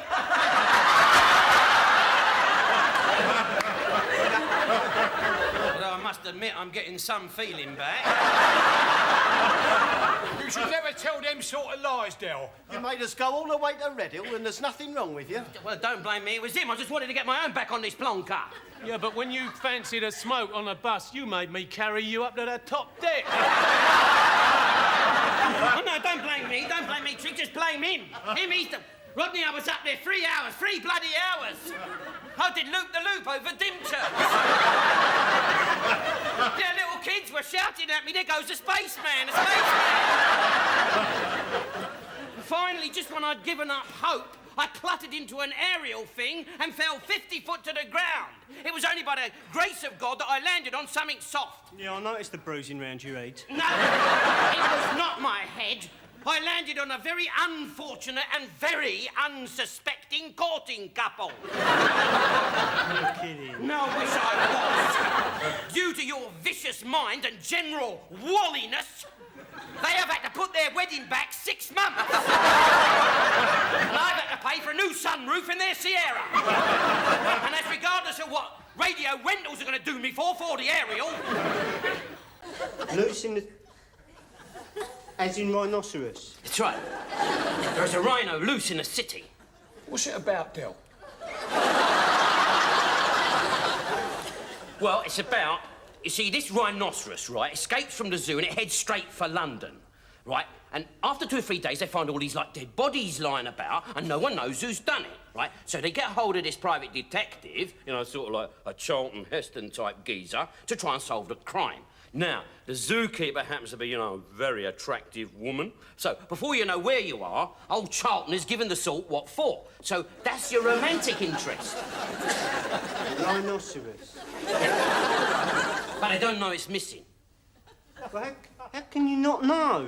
Well, if you've got a rhinoceros, right, and one day it ain't there, you tend to know it's missing.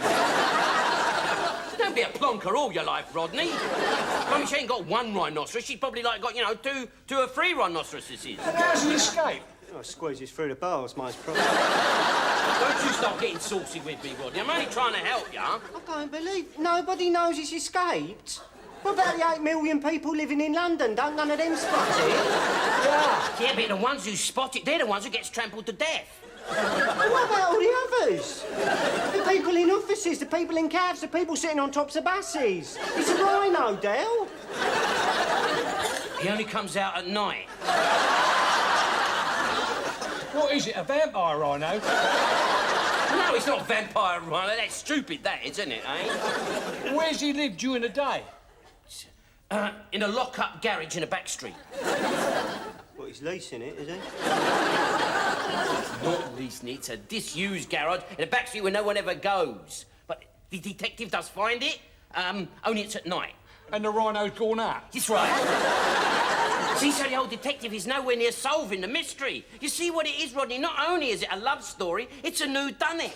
Who done it? What do you mean, who done it? We know who done it. The rhino done it. So I know that we the audience, right? We know that, but they don't know the actors, do they? Oh, this is something... A rhinoceros has escaped from the zoo. There are 300 dead bodies covered in rhinoceros footprints. There's a lock-up garage 2.5 foot deep in rhinoceros crap, and Charlton Heston suspects the butler.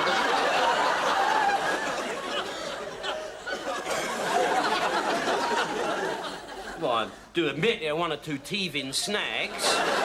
But It's got all the essential qualities of a hit, hasn't it, eh? I mean, it's got suspense, lots of killings, and a bit of Humpty Dumpty. Yeah, I mean, look, this is a disaster movie. Disaster? It's a calamity, guys. Why is he killing people? Well, what do you want it to be, a social worker? Well, he's a man-eater, isn't he? No. Rhinoceroses aren't carnivorous. They're vegetarian. All right. So we elbow the lock-up garage and we make him hide in the back of a health food shop.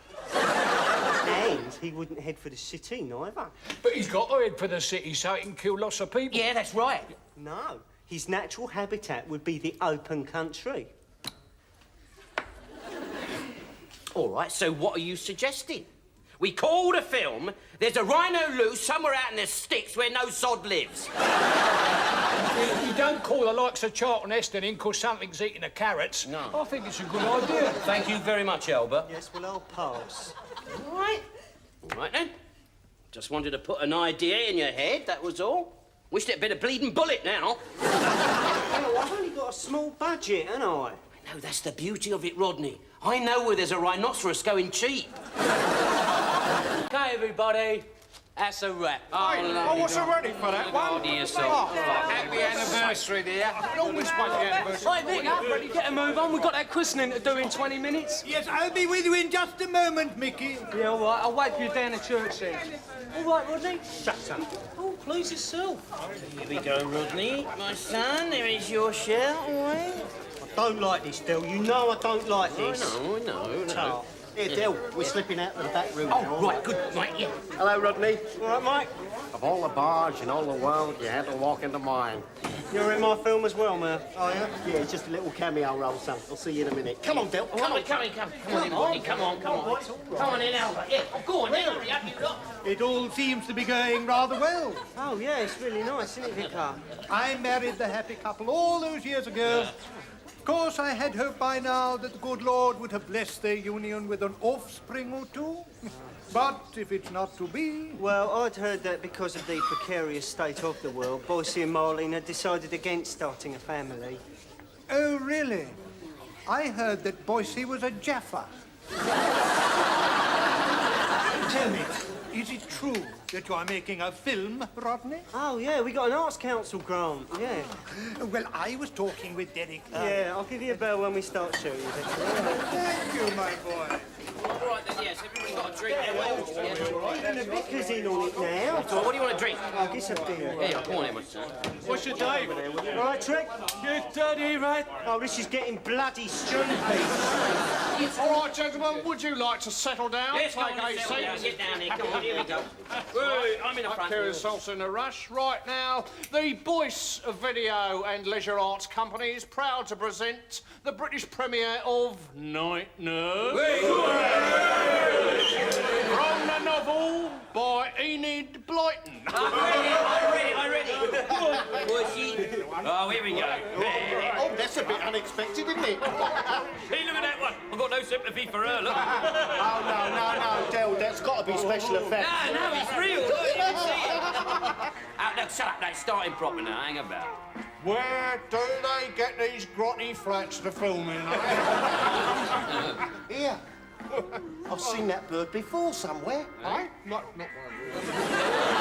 No, go. Go on, girl. Let's have a look. Oh, I've just got up. Oh, dear. I'm tired. I've just come back from nursing. Oh, dear. Oh, wait a bit. One of those will do me a week.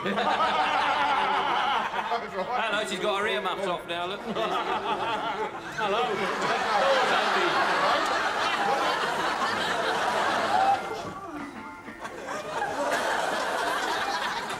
Rodney! It was nothing to do with me, Del. It was a Mickey Pierce production. Mickey Pierce, you wait until I get hold of him. I'm going to stuff that camera half a mile up his nostril. Rodney, didn't you have any idea what you were getting yourself into? Well, I thought Boycie wouldn't be too pleased, you know, somebody muscling in on his business and that. God, Boycie! Boycie's not the one that's worrying me, it's his partners that are giving me grief. Do you know he's backing in behind this? Only the Driscoll brothers, that's all. Have you heard of them? No. No? Well, let's hope they haven't heard of you. Now, I'm going to see if I can save your knees and make sure they stay in the same place. I'm going to stuff this lot down a carsey. You stay there. Oh, look, Del, I promise nothing like this will ever happen again, I promise. Hello, Rodney. All right for a cup of coffee? Oh, yes. Do come in, Mickey. I brought a few friends with me. Oh, No, yeah. didn't you? Oh, hello. Piercy, I want to what you want with you. You come here, you Rodney. We're going to Australia. Yeah, well, just see the end of this first. No, good boy. No. Come, listen, I'll get the glasses. Sunrise, she come in the morning. Sunrise, come with the yawning, lighting up the ground. You've had enough, don't you? Yeah, well, I'm celebrating, and it's not every day, like, you know, that you decide to go Australia, is it? Go on, I'll tell you what, I'll make you a nice cup of black coffee. No, you don't understand. We're going to Australia. What do you mean we're going to Australia? Right, well, listen, this boy, what's the matter with this boy? Don't he understand? All right, let me put it another way, right? We are going to Australia. see what happened is, like, Jumbo, you know Jumbo, well, he's offered me a partnership in his company, his new company, and it's going to be a real big earner. I mean, Rodney, this time next year we will be millionaires. Right, first thing in the morning we go up to, Australia House, right, we sign in the forms, and then, we're away. I don't have any say in this. I might not want to go to Australia. Yeah, it's too late now. Look, I've given them your word, you see. About this? No, you don't have to do that. I've done all that for you, haven't I? I think, Rodney Frigley, hey, Australia, hey, where the men are men, eh? Yeah, so are the women. What's that supposed to mean? Last time I was over there, the only way you could tell the sexes were the men spit further. All right, when was the last time you were over there? 1929. 1929? Yeah. God, blimey, we were still transporting prisoners over there then, weren't we? Never mind, listen. I want to explain something. Come here. Look, Rodney. Look, I've got Jumbo borrowed me some of his photos. Look, I want you to have a look at them. Look at the beach there. Look, hey, look at that. Oh, yeah, look at that bird. Yeah, God, that'll bruise your ribs, wouldn't it? Hey, what have you written? Hey, Rodney, that could be us. In a little while, blue skies, surfing, beach parties, all there. Hey, what do you reckon? Yeah, hey? Sounds great. Yeah. What, and he wants us to help run his new car business? No, not help run it. No. I'm gonna be a partner, aren't I? Like, straight down the middle. See, Jumbo, he's gonna have 51% of the shares, you see. Well, how's that straight down the middle then? Yeah, I'll get 51% of the shares and all, I suppose. I mean, I don't know. Well, but you see, the thing is that what happens is Jumbo is gonna be behind the scenes, like, he's gonna handle all the money, like, right now. And I'm gonna be the sales director. I'm gonna have my executive office, you see, and the swivel chair and all that game. See? So what's my job then? Oh, now, Rodney, listen, you're gonna play a very vital role in the organisation, and I just know that you can handle it. So what is it? Listen, well, when all those Rolls Royces and Mercs, they come trundling off the ship, what is the first thing they're gonna need? Import licences, customs clearance, all that. Yeah, I know, more important than that.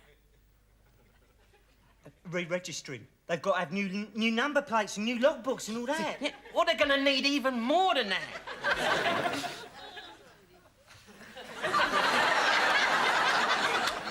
Cleaning.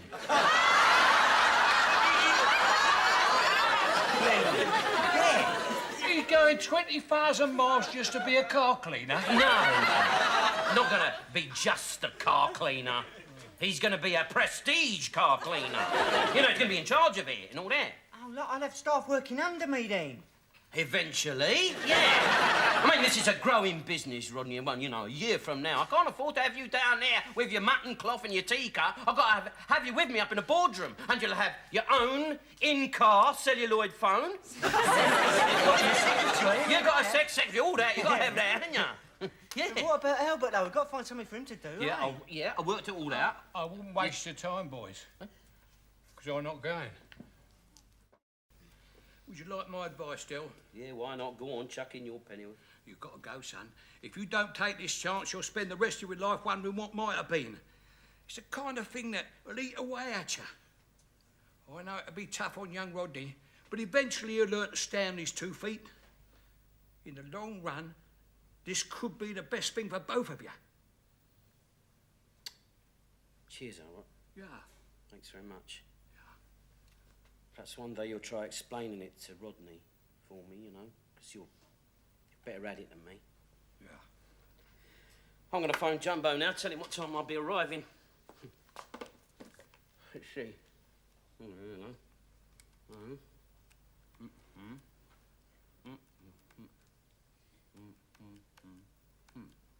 Tell you one thing, phoning Australia done half hurt your finger. Hello, Jumbo, Stell boy. Hey? Well, with your money, you ought to have a phone in the carsy. You... Now, listen, bit of a problem. Rodney won't be coming over. No, we got a few snags this end, see? Me? No, I won't be coming over either.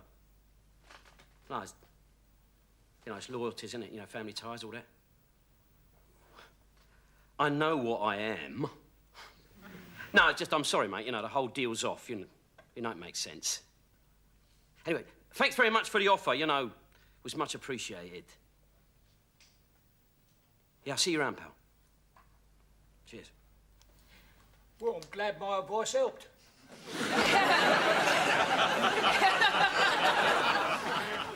Well, what else could I do? Suppose it'd be for the best in the end. Are you happy now, son?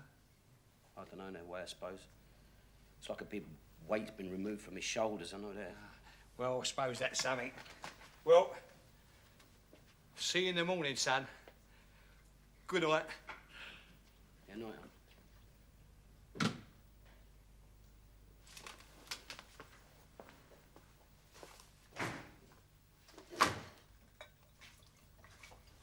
All right? Oh, yeah, bro. I owe you an apology, Del. Oh? Well, all them things I said earlier, I was right out of order. And, well, you got to take that opportunity. No, too late now, brother. I've already phoned Jumbo, telling him the whole deal's off. Oh, you ain't? Because of what I said? Well, yeah, in a way, Rodney, in a way. Because you know, you said that the real opportunity lies here, didn't you? You know, the country's in a bad way, money's tight, people are looking for bargains. I mean, you know, and who do they turn to, you know, first, eh? Blokes like us. Yeah, that's it, blokes like us. You see, I was sitting there and I thought to myself, I thought Rodney has hit the whole nail right on the head there. I thought, this wonderful land of ours is on the eve of a golden age of the black market. And you and me, you know, we're gonna be in there first. I'm glad I listened to you, Rodney. I really am, because if I'd have taken that, you know, chance of a lifetime, it could have ruined me. So we're still partners then? Yeah, if you'll have me back. Oh, well, let me sleep on it, eh? Smack you in the nose, you saucy sod. Hey, Del. This time next year, eh? Huh? Yeah, well, you know, this time next year, eh?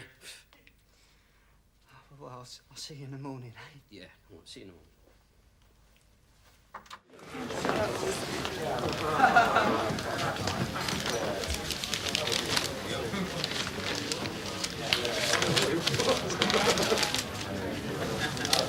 Oh, bloody hell.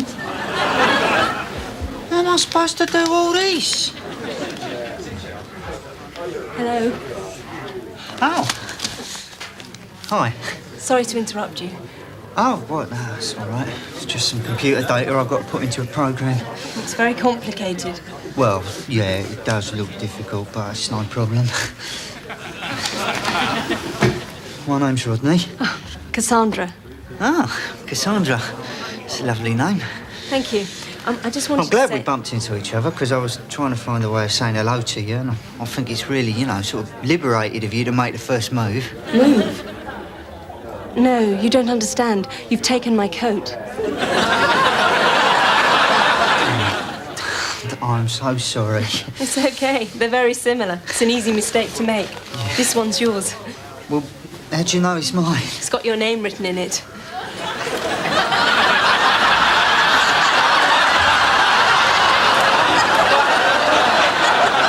Look, I didn't write this. It's most probably my brother, you know. It's his idea of a joke. Well, whatever. We've sorted it out now. Yeah. Well, nice meeting you. Oh, Yeah, and you.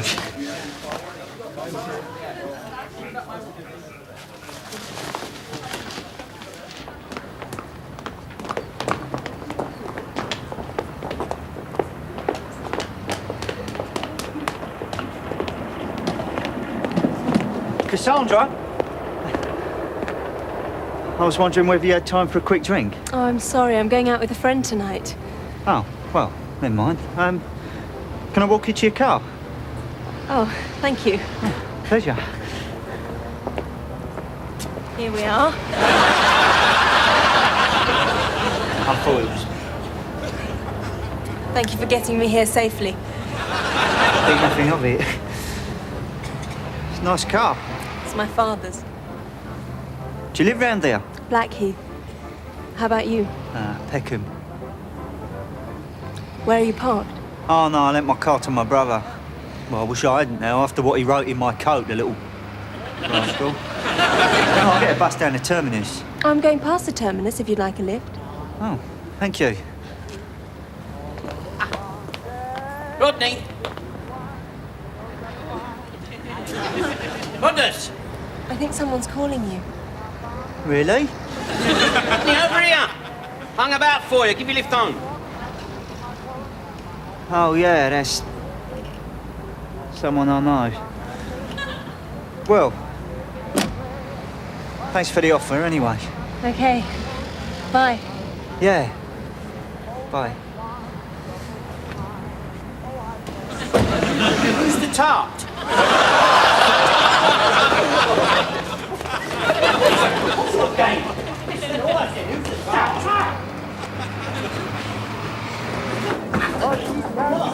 What's the matter with you? Leave it out. What's the matter? Has he given you lines or something? Why did you write my name inside that raincoat? Well, because Mum said to me on her deathbed, she's... Why did you write it, you git? All right. She said to me, make sure you always write Rodney's name in his clothes. That way no one will nick them.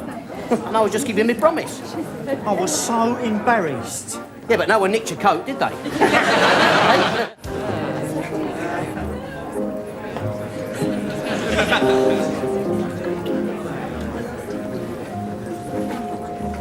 Hey, Trigger! Trig, over here.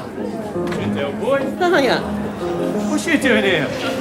Well, I'm always here. I'm a regular here now. Here, John, get my mate a pint of lager, will you? I'm afraid we don't serve beers, sir. Huh? Oh, yeah, no, that's right. Yeah, I remember now, yeah. Yeah, there was no call for it, so they knocked it on the head. Do you fancy a spitzer?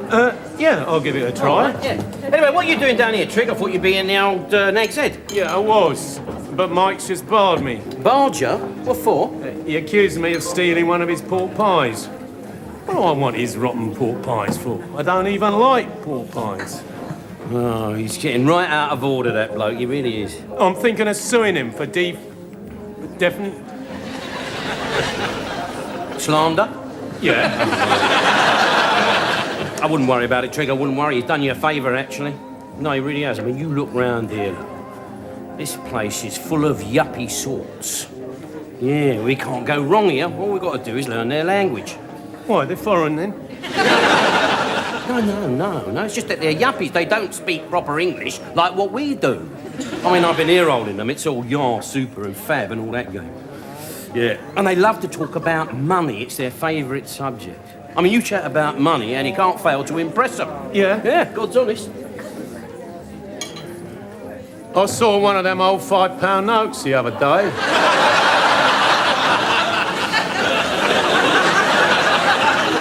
Come here, Trig. No, mate. I don't mean talk about your bloody coin collection, do I? No, I mean, you just got to talk about your wealth. Yeah, but I ain't got none of that. Well, neither have half of these. They're all living in sin with their flexible friends. It just means you've got to chat about it. You just got to talk, that's all. Look, I'll show you how it's done, look. Watch me, watch this.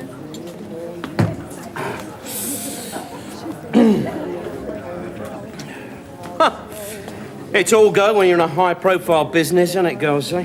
Really? Yeah. Of course, I'm in stocks and shares myself. Yeah, I bought a few thousand shares in a little department store this afternoon. Now I've got to phone my lawyer and my accountant. That gives you the doesn't it? Excuse me, sorry. How do you spell Arabs? Capital A. Oh, capital A. Oh, I see. I see. All right. Beam me up, snotty. It's all you need, isn't it, eh? Yeah. Here, have this. I don't want it. Thanks. See, nowadays, these modern Euro birds, they go for the more mature men who've made it in life. Yeah? Is that why we're having no luck? I haven't started yet. Just building myself up to it. Yeah, well, you better hurry up. It'll be closing time soon. All right, all right. I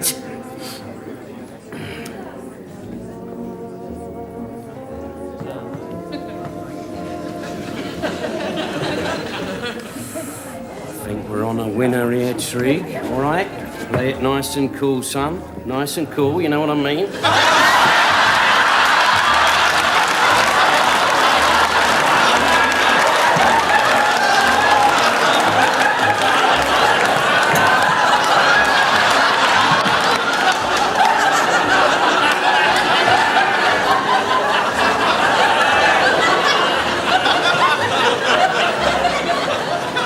Drink up, we're leaving. Ain't you going to try for them birds? No, you're cramping my style, mate. You're cramping my style.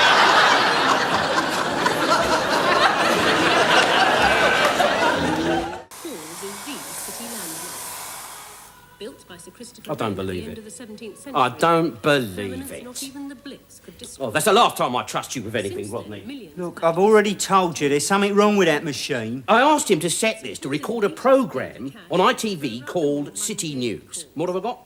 Open University on BBC Two. So instead of keeping my fingers on the ever-changing pulse of the stock market, I'm watching Christopher Dopey Wren on how he built St Paul's Cathedral. It's interesting. Yeah, you would. You were most probably around when he applied for planning permission. It's in here, isn't it? Is it all right if I turn the thermostat up? Yeah. You sure it's not too technical for you? Oh, you dipstick, Rodney. Now look at you done. Me? I thought Rodney knew about videos. Yeah. Emmanuel in Bangkok, and that's about it. I programmed that computer to record the programme you wanted. Now, it's not my fault if it decided to record something else, is it? That machine is... up the wall. Oh, you're trying to blind me with science now, aren't you? Personally, I think these computers are more trouble than they're worth. How'd you figure that out? There was a film on earlier all about computers. You're joking. I wish I'd recorded it. Well, hang around, Rodney. You most probably have. It was called War Games. It was all about this soppy kid who messes around with computers. And one day, he broke into the computer that controls the American nuclear defence system. He almost got us into World War III. No chance of that happening with Rodney, is there? World War III, this plonker can't even get us into Channel 3, look. Have you read the instructions to your video recorder? No, I haven't actually read them. Well, why don't you do that small thing, Derek? I think you'll find it very interesting. Because we have instructions in German, Spanish, French and Italian, and not one single word in English. And that's why your machine don't work.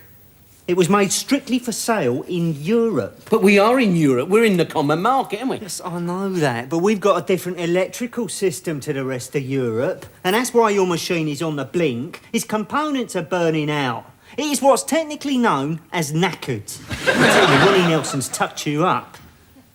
Oh, I don't believe it. Well, that's all I need, isn't it? You won't be able to sell the others now, Del. Too late, Hung. I've sold them all this afternoon.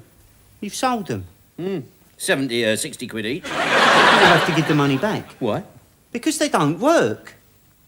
Well, what do you expect for 60 quid? I've been tucked up. I'm just passing it on, that's all. It's business. Oh, don't worry about it. Everything's going to be cushy. You are something else, you are. You're too picky, Rodney. That's your problem.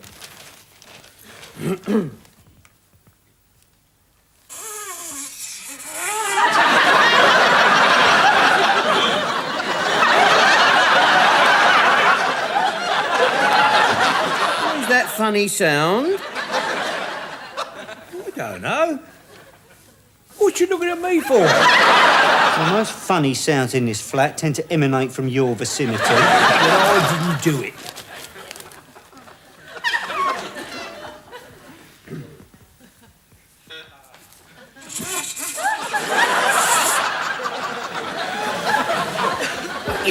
funny noise. Well, shush. Eh?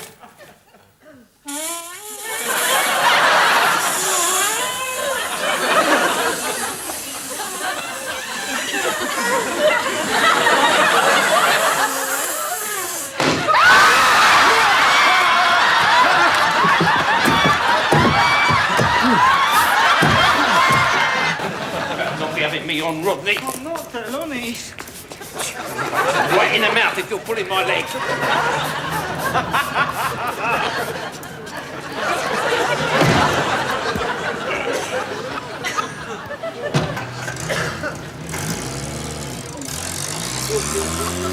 Explosive gas. I've never heard of anything so daft. Shut up and keep spraying.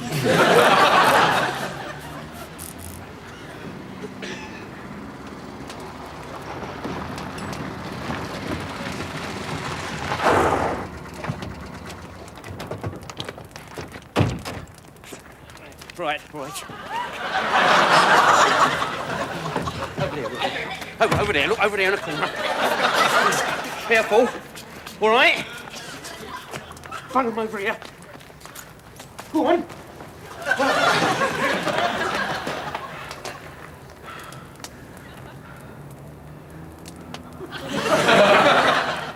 Just dropping them off.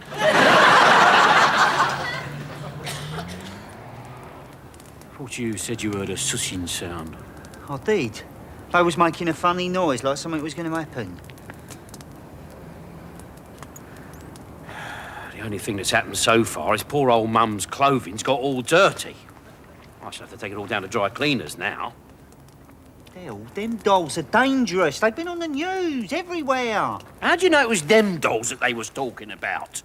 I know, right? I just know. Well, the only thing that I know is I've got 60 quid laying out over there. We're hanging about here like a couple of spare ones at a wedding. Oh, come on, I've had enough of this. Come on.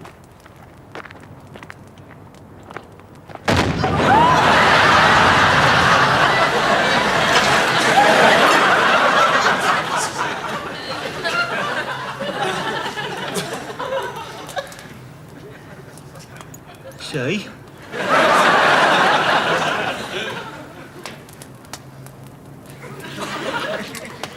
Told him not to have the mutton vindaloo.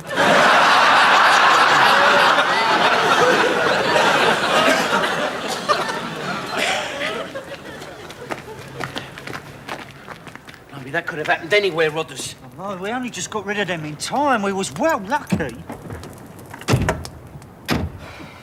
No. It's not luck, Rodney. It's Mum. Mum? Yeah. She's up there somewhere, watching over us. Oh, yeah. The old April going, is it?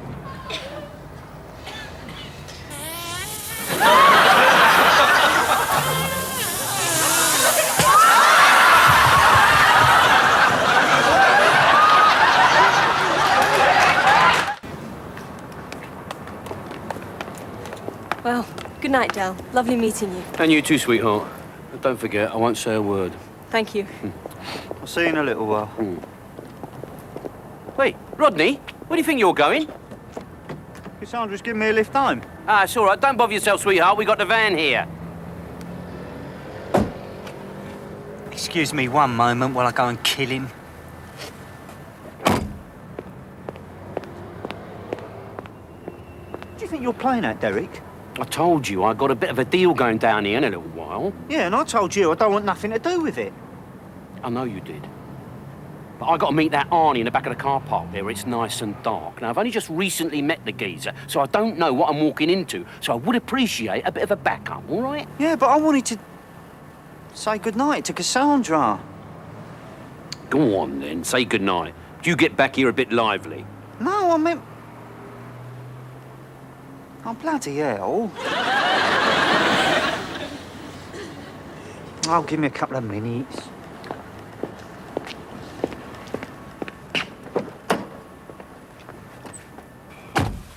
What's happening? I'm gonna have to drive Del home. He's drunk. Drunk? It doesn't look drunk. No, no. That's a bad sign with him. He hides it well, you see. But I tell you, you could push him over with just one little finger, he'd fall flat on his face. Oh, it's a problem of his I've had to live with since I was a little kid. How sad. Yeah, I know. It's tragic. Still, never mind, eh?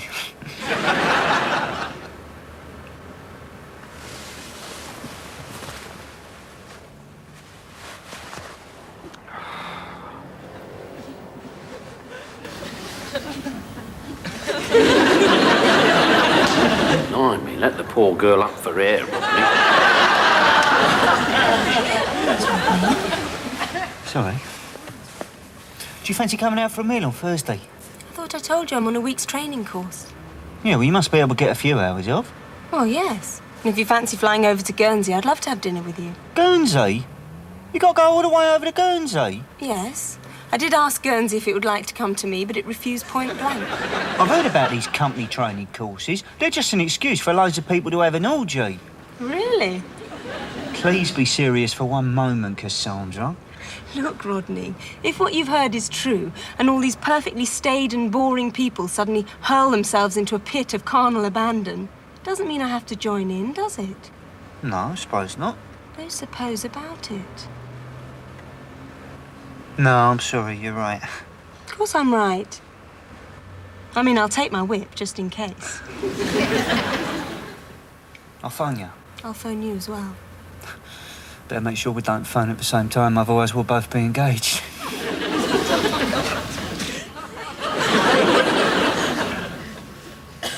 I love you. Do you? And I...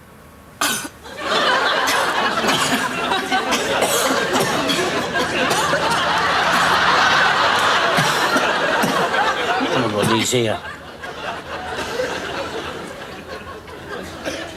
Don't have a nice time, will you? I'll try not to.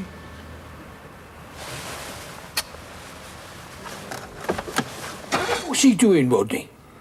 What do you mean, what's he doing? You can see what he's doing. He's sitting in a window there reading a menu. It's a bit suspicious, isn't it?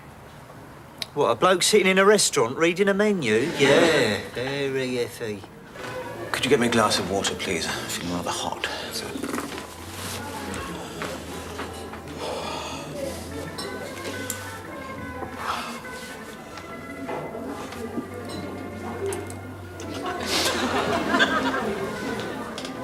Would you care to order now, sir? Yes, I'd like an ambulance. An ambulance? Yes, an ambulance. I'm not very well. Yes, sir. Telefono per un'ambulanza, presto!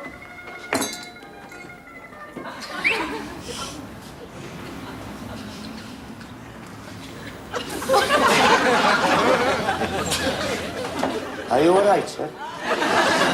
What's happened? It's Arnie. He's had a coronary. Well, what are we going to do?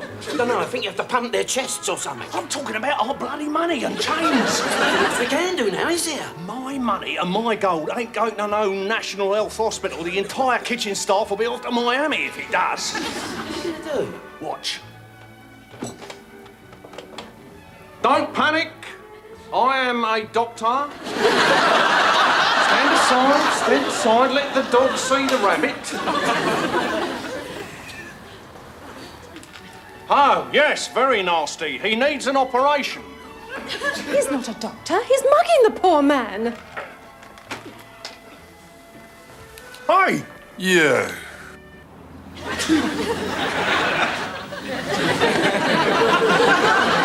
Call the police. Yes, madam. I called the police. All right, there'll be no need. I am an officer of the law. I'm a small-town policeman. Do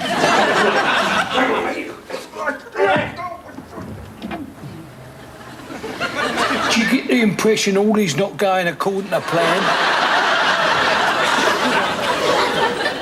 OK, sunshine, you are Nick. Come on, out you go.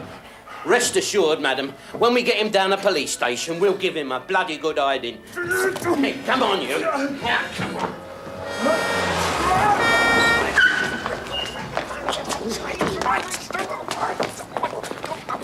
Yeah, what happened? Oh, he He's had a coronary. You mean he's dead? No, he's still alive.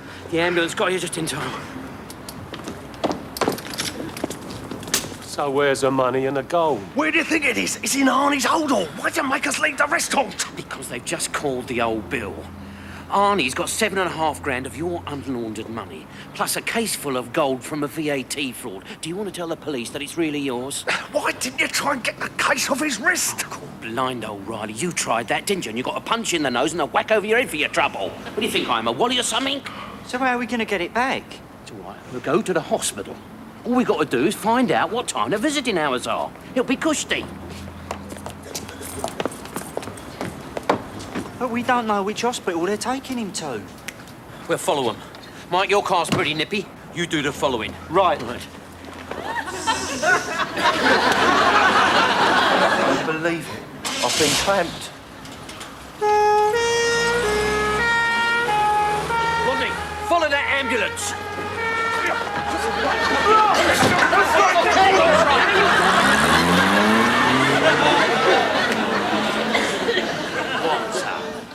Lonka. Right, well, where are they then? Well, the courier said meet at the desk. Oh, there it is. Huh? Ah. Right, pour the sangria, Jose. We have arrived. Just a minute, hang on. Listen, just before you go and check in, this prize ain't quite as straightforward as it seems. Rodney did win, didn't he? Oh, yes. Oh, yeah. Well, it's all puckering above board and all that. I mean, we got all the tickets and everything, yeah. So what's the problem? That's strange, you know. What? Well, I noticed it on the plane, but it didn't sort of register. They're all mums and dads. They've all brought their kids with them. What's strange about that? Well, except for me, right? All the winners are parents. No, it's not the parents that are the winners, Rodney. It's the kids. What do you mean? Well, Rodney's painting won first prize in an under 15-year-old category. Say again. So they think Rodney's 15? Is that right? No. They think you're 14. 14? I think I'm 14. Why didn't you tell me this back in England? Well, I thought it might cast a little cloud over the holiday. Look, Rodney, I sent your painting off in good faith. I mean, I didn't know there were lots of categories, but it was you, not me. You were the one that wrote on it, Rodney Trotter, age 14 and a half. So the organisers must have put you in the kids category. So it's your fault that you wrote on it. How was I to know that in 12 years' time you were going to enter it for a cornflakes competition? Well, how was I supposed to know that you'd win? Eh? Anyway, doesn't matter. Now, come on. You're going to waltz through here. Waltz through? How the hell am I going to pass for 14? Will you stop doing that, Cassandra? Act your age. This is your fault. Just look over there, look. Look, some of those lads, look, they're over 6 foot tall. 15 and 16-year-olds, they look much older these days than they used to, and you got the added advantage of your boyish good looks. That's why there was 3 tickets, isn't it? One each for Mummy and Daddy and one for the sport. You can't expect 13 and 14-year-olds to go abroad on their own, can you, eh? And what exactly is your role in all this? Well, when the cornflakes people phoned up, they said that you had to be accompanied by your parents. So I said, and I don't know why I did it. I must have been flustered at the time. I said that I was your dad. My dad? Did you hear that, Cassandra? Yeah.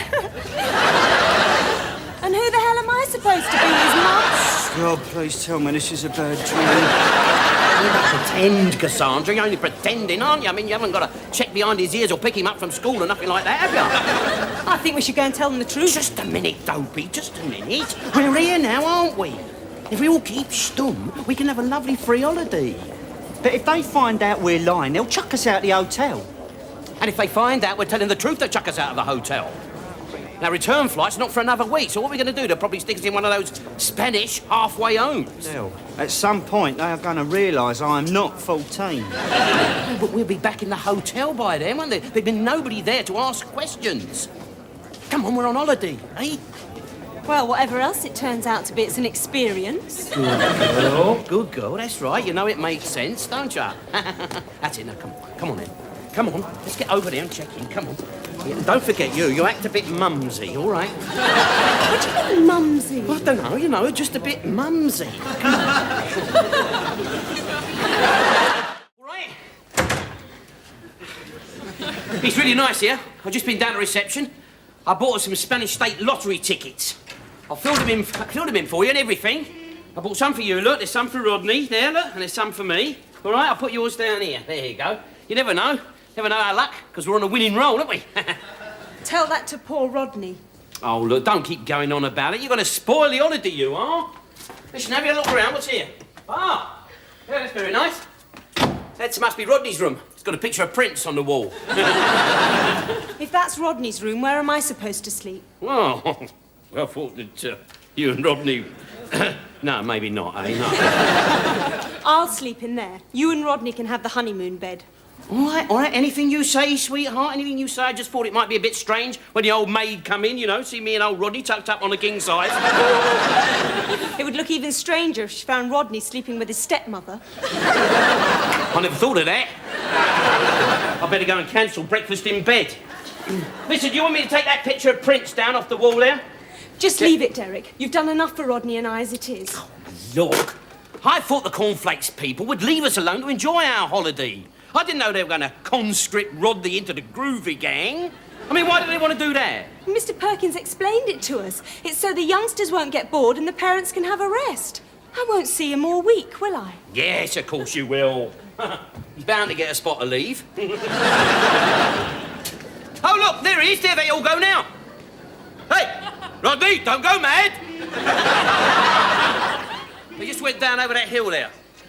That was quick, wasn't it? Yeah, they were on skateboards. Rodney was the leader. He was right out in front. Woohoo! Leader of the pack. Oh, my God. Hello? May I come in? Yes, come in. Oh, hello, Mrs. Trotter. Sure. Oh, good afternoon, Carmen. Is Rodney here? No, he's not here at the moment. Oh, he's still out enjoying himself. Yes. Well, it's just to let him know about the junior disco on Wednesday night. But I'll come back later and see him then. Bye for now. That's it. Bye-bye. Yeah. Bye.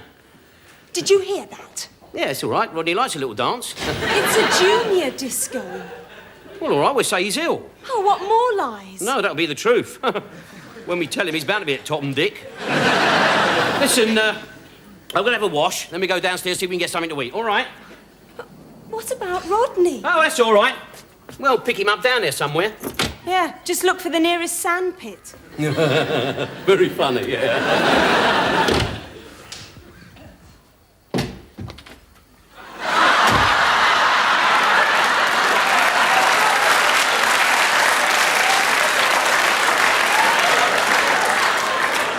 What have you been doing?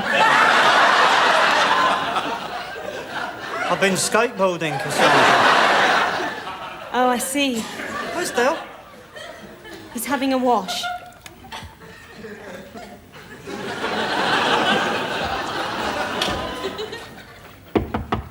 Derek? Yes, I'm back. Could you come out, please? I'd like a word with you. No, could you come out now? Oh, got my pants off, Rodney. Well, it's quite urgent, Dale. Yeah, right. Give us 5 minutes, I'll be with you. Sorry about the bad language, Cassandra. What bad language? Get it in there, you dipstick! I'm going to kill you! What's up with you? I'll tell you what's up with me. Thanks to you, I am now a 26-year-old man who's just come second in a skateboard derby. Second? You were in the lead when I saw you. May I ask you, once contact has been made, refrain from interrupting. Now, hands on the table. Fingers touching.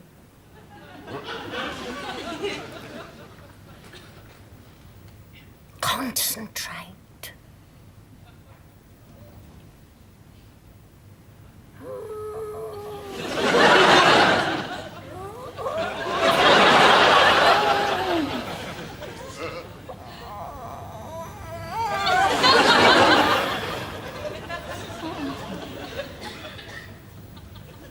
What's she doing? She's going.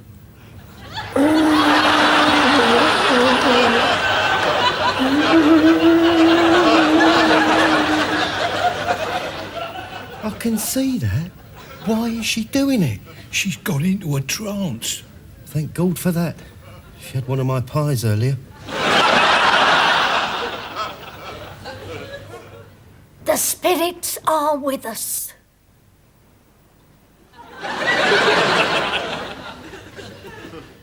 A man has stepped forward, a tall, elderly man wearing a black coat and a black hat. He wishes to speak to someone called Audrey. No, Aubrey. Aubrey?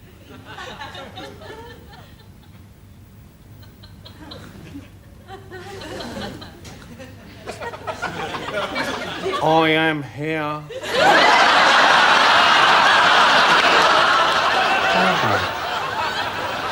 That's my middle name. You never said your name was Aubrey. Nor would you if your name was Aubrey. This man seems agitated. He's brandishing a piece of paper. Have you any idea who it could be? No. This piece of paper, it's not a logbook for a Cortina, is it? No, it's a photograph, a black and white photograph. It shows this man, but years younger. There's an odd-looking boy standing beside him, 5 or 6 years old. Evil face. Boise, it's you and your dad. Yeah, that's right. He was the only one who ever called me Aubrey. There is a sadness about the photograph, as though something was missing. Oh, yes, of course, your mother, she isn't with you. No. Had she passed over to the other side? No, she was taking a photo.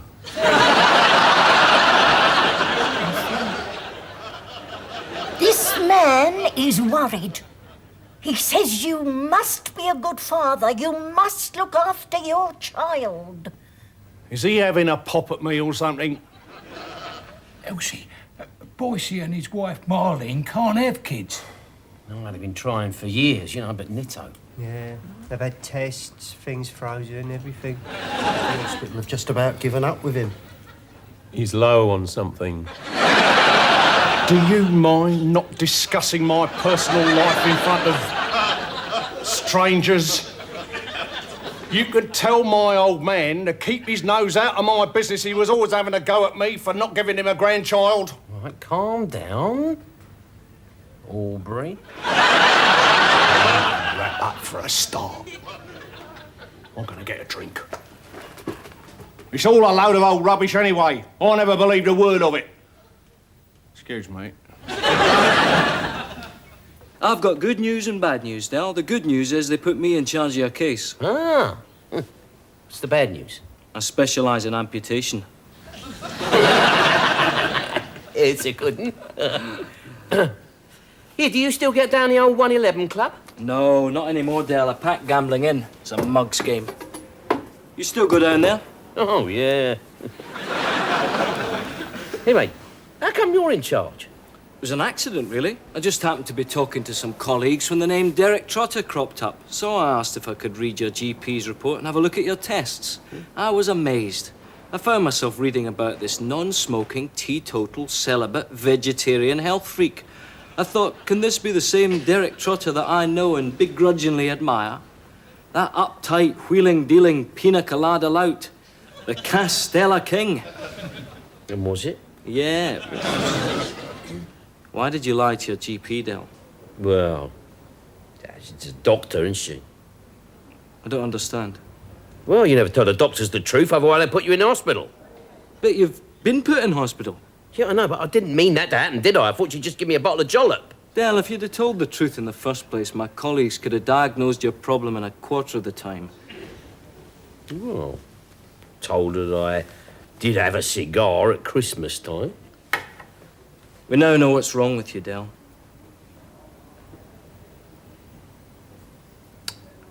All right. Let's hear the worst. I can take it. I'm not frightened. Don't pull any punches. I want it straight from the shoulder. Yeah, I think it's best in the long run. Well, basically, Derek, there's nothing wrong with you. Oh, thank God, thank Allah, thank Buddha, thank you, God. Relieved, eh? Well, you know. What about these pains? What are these pains then, Doc? You have an irritable bowel. I'm not surprised with you lot pulling me about. No, that's what your condition is called. You have an irritable bowel syndrome. It's nothing serious. I'll put you on a course of drugs. Your condition has been caused by your lifestyle. The late nights, the booze, the nicotine, the fried fast foods. Do you ever think about all that saturated fat floating around your arteries? Well, I try not to. Puts me off me grub. One of the major contributory factors of this syndrome is stress. A lot of yuppies suffer from it. Del, I took the liberty of phoning the Director of Housing about your rent arrears. Ah, how did you find out? I phoned your flat. I'm sorry, mate. I had to find out what the hell was going on. I spoke to your uncle. The council have agreed to give you some breathing space, a bit of time to get yourself together. Right. Cheers, Robbie. You've been given a warning, Del. Nature's way of telling you to eat muesli for breakfast. Cut right down on the drink and the cigars. Yeah. Whatever you say, Doc. Here, pop this into the pharmacy on your way home. You mean I can go? Yeah, and don't come back. I want you convalescing for the next 3 weeks. I don't want you working or getting excited. Sit in a chair, eat boring foods, and live a boring life. Oh, that'll be easy.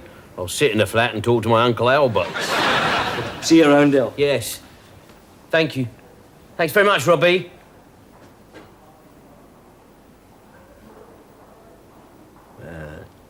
I knew there was nothing wrong with me.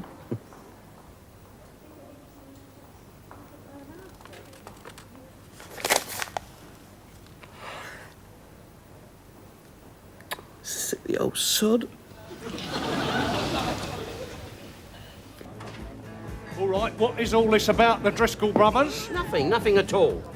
Listen, if the Driscoll brothers come in here asking for me, you ain't seen me, all right? Listen, I've heard of the Driscoll brothers, Del, but I've never seen them. What they look like? Well, one of them looks as though he was evicted from the Planet of the Apes. Yeah. And the other one reminds me of Cliff Richards. What, he looks younger than his years? No, he's got one of them faces that you want to slap. Here, Trig, did you get Alan off home all right? Yeah, there was almost an accident. The Yeah. minicab driver nearly reversed into the Driscoll brothers' Mercedes. The Driscoll brothers, they're here? What door are they coming in? Well, I don't know, they were just getting out of the Del, car. quick, upstairs, hide in the hall, quickly! Vicky, Jevon, quick, come on, upstairs, quick!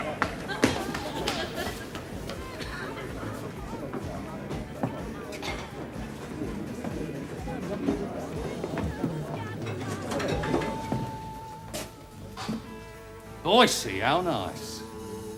Hello, Danny. Your brother not with you? Yeah. Oh, watch it, Tony.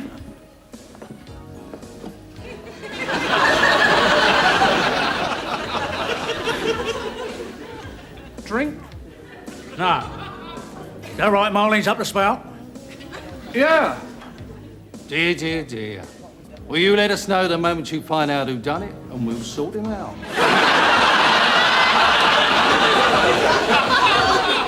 Yeah, right-o, Danny. Yeah,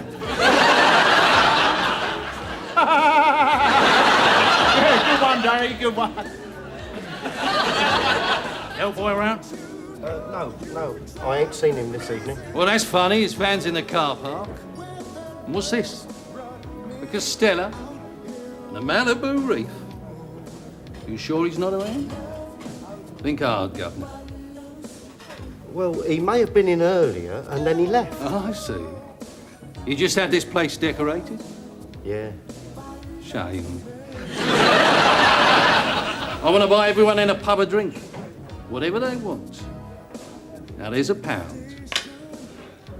And I want change. Large cognac, please, Michael. Keep still.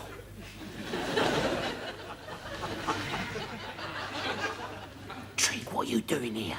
What are you doing here? It's got nothing to do with you. What are you doing here with us? I don't know, really. He said quick upstairs, so I just went.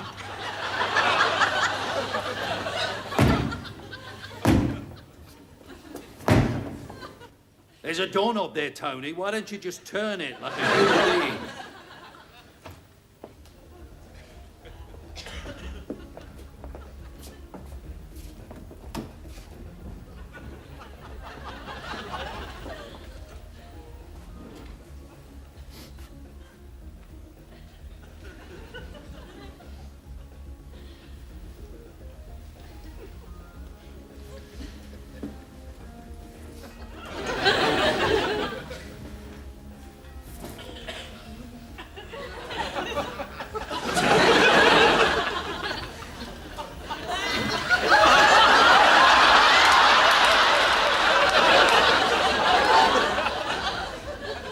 Let's try the box. We're going.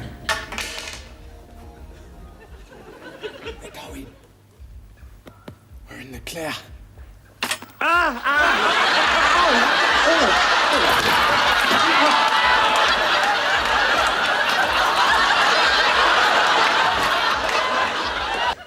Dale! Dale?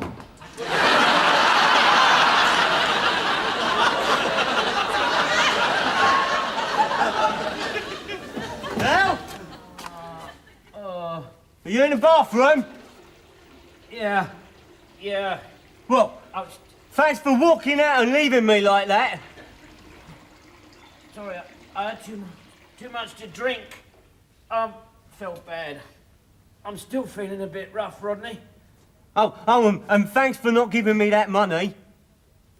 Then to explain that you had something more important to spend it on, and you promised me. I told Cassandra and her mum and dad and everything. I said, I've got the money. What am I going to look like now, eh?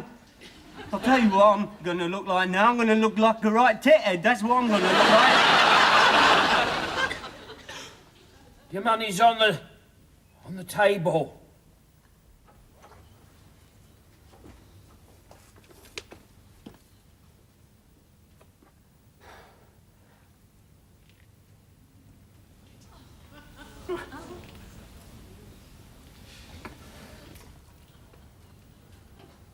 Dale? Thanks. It's all right, Rob. It was a pleasure. Dale? Yeah. I'm sorry, right? Shut up, you tart. You're still going to be my best man, aren't you? Yeah, of course I am. Yeah. We'll have a good old knees up, eh? I think I've had enough of that for one night, Rodney. And I'll tell you what, we'll have a good old sing-song. Yeah. As long as you don't mind me sounding like the Bee Gees. I do solemnly declare I do solemnly declare that I know of no lawful impediment that I know of no lawful impediment why I may not be joined in matrimony to this woman, Cassandra Louise Parry. Why I may not be joined in matrimony to this woman, Cassandra Louise Parry. Do you have the ring?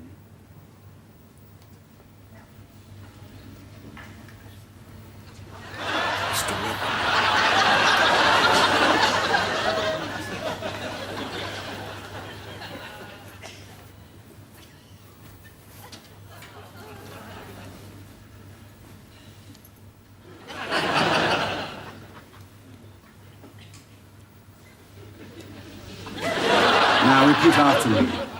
I call upon these persons here present. I call upon these persons here present. To witness that I, Rodney Charlton Trotter. That I, Rodney Charlton Trotter. I would appreciate it if the guests would conduct themselves in a manner more becoming to the occasion. Thank you. That I, Rodney Charlton Trotter. Take this woman, Cassandra Louise Parry, to be my lawful wedded wife.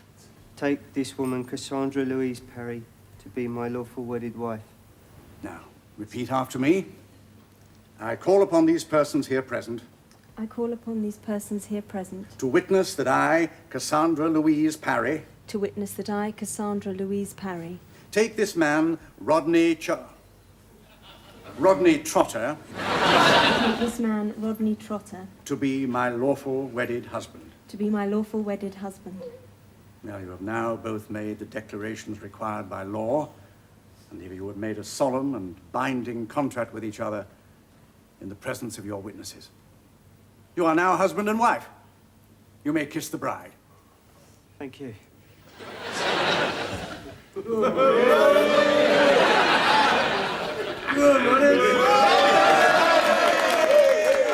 Get back, he's coming, he's coming. Cheer up, Del boy. Good morning, son. Morning. Yeah, here's your papers. Financial Times. Thank you. Exchange of mark. Yeah. I'll look up the closing prices on the Tokyo Stock Exchange at the breakfast table. Yeah, you please yourself, son. Thank you. Raquel, cup of tea, love. You wait, Raquel.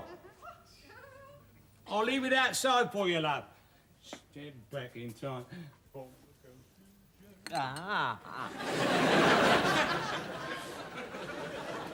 Confusion, ball of confusion. Something smells nice out in the kitchen, Albert. Yeah, I'll just do myself some egg and bacon, son. What do you want for breakfast? Something healthy or something nice? Yes, do us a fry-up, will you? But look lively, because I don't want Raquel seeing. She's into this high-fibre cobblers. Good boy. Oh, have you managed to have a talk with young Rodney yet? Yeah, what about? What do you mean, what about? He's left his wife and come back to live here. Well, he's a full-grown adult, isn't he? What am I supposed to do? Well, I don't know. You're going to appeal to his common sense. Oh, yeah? And then after lunch, I'll go out and find Shergar. This is no laughing matter. Cassandra's gone to live in a foreign country. No, she ain't. She gone to Spain. Yeah. Oh, dear. Anyway, she's only gone there for a week. Her and her mum have gone to get away from it all at the family villa. Hey, family villa? Here, I'm family now, and I ain't. I could do with a break. I'm having a drink with Cassandra's dad tonight. I'll have a word with him. He's down a pub every night, boozing. Who's that, Cassandra's dad? I'm talking about Rodney. Oh, I was going to say, because Alan, he's teetotal, he is. Going out for a drink with him is like going on a pub crawl with Betty Ford. Anyway, don't worry about Rodney. He's just a bit confused at the moment, that's all. Yeah, he was a bit confused when he come in the other night. Confused as a newt. Still, he's making a bit of effort. Look, he made his bed before he went to work. Hang about. Albert, just a minute. Look, the thing is, you see, that Rodney did not sleep on the settee last night. Oh? No. Where did he sleep then? Well, he slept in his old room. Oh. Yeah. I thought Raquel slept in there. No. Where's she sleep then? I don't believe him. She slept somewhere else. Oh, I see.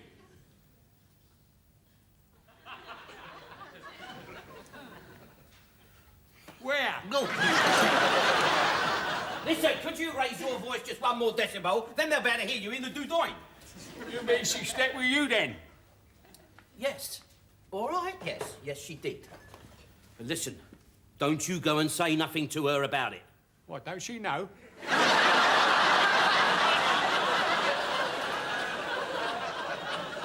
Of course she knows. It's just that I don't want her to be embarrassed, that's all. I wonder why you looked a bit chirpy. Blimey, that laugh of yours. Sounds like someone trying to push-start a larder. Here, you have my breakfast. Build your strength up. Oh. I'll cook myself another one. Good. Bless you, Uncle. Oh, you're a lifesaver, I tell you. Look at that, eh? Lovely jubbly. Morning. Morning.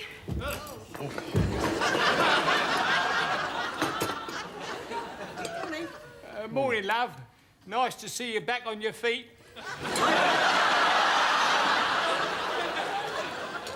Hello? Oh, good evening. Can I speak to Mr. Lane, please? Thank you. Should we just forget about the satellite dish, watch the ordinary telly? Yeah, it's having news, don't I? There might be some report about the ecological destruction of our planet. Anything to cheer me up? Ah, Bronco, hello. How are you, son? Still boy. Oh, all right, listen to me. Now, tell me something. I want to know. Where did you get that satellite dish from, eh? Sorry? What are you apologising for? It's all right, don't worry. All right, so you was desperate and you had a funny turn. Yeah, I can understand that. I've had Rodney living back with us. Yeah. You what? Yeah, of course I know what it is. It's a satellite receiver dish, isn't it? Hey? What do you mean that's what you thought? Bronco, why are you crying? What is it then? Where did you get it from? Oh my God. Oh, hell's bloody bells. So where did he get it from? He didn't say. Del, What? come and have a look. What? What is it? Turn it up. The radar transmitter dish, similar to the one shown here, was stolen from the end of Gatwick Airport's main runway during the early hours of yesterday morning. The theft brought Gatwick Airport to a complete standstill. It has caused chaos throughout Europe and left thousands of returning holidaymakers stranded. The Prime Minister and the lead... Caused that? You've brought Europe, a whole continent, to a standstill.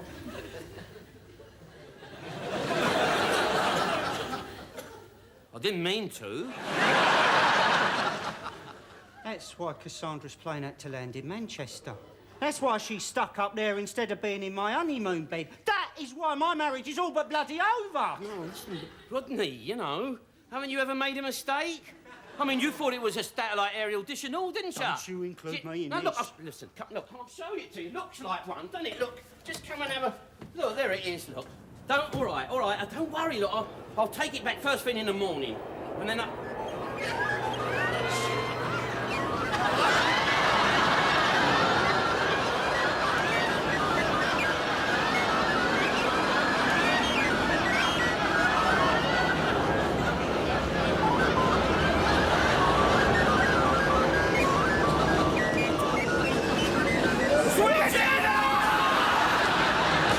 Nell, we made it up. You Me and made- Cassie, we're back together. Well done, brother! Yeah, great. Oh, mate, there's a mini cab outside for somebody. Yeah, that'll be for your ex-fiancée, Derek.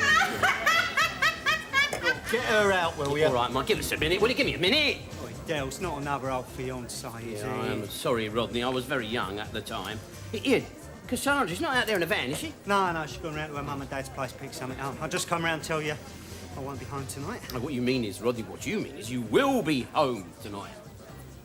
Yeah. Yeah, my real home, mate. That's right. Well, there's your key. Oh, right, sure. And thanks for having me. No, Rodney, come on. It's a pleasure. Cassandra didn't ask to meet me, did she? No, I lied. You're a conniving git, ain't you? It worked, though, didn't it? Eh? Oh, Del. I've just seen Raquel and Albert getting off the bus. Raquel's coming in here? Yes. God, she can't see me with that Trudy. You know how jealous she gets. No, Del. Look out. Del. Yes. Tell me everything that's been happening then. Well, Well, I'd love to, sweetheart, but your cab has just arrived. Oh, look, Del. Why don't you come back to my place and we can talk about old times? No, I'd love to, sweetheart, I'd love to. But you see, I've got to stay here and talk some business with these gentlemen, you see. Rodney, will you escort this lady to her cab? Yes, Yeah, all there you go. I'll see you then, Del. All right, sweetheart, Yeah, Del. Do you come in this pub often then? No. I've never been in here before in my life, have I, Mike? That's right. Oh, bye then, Del. Bye-bye, sweetheart, bye. Bye. Oh, it's a my car. Is this a red car? It's my car, isn't it? It's lovely. Stand up, Rodney. I'll stay with you. You're all right. You'll be all right. I'll- Mate, can you open the door? Yeah. Oh, then this is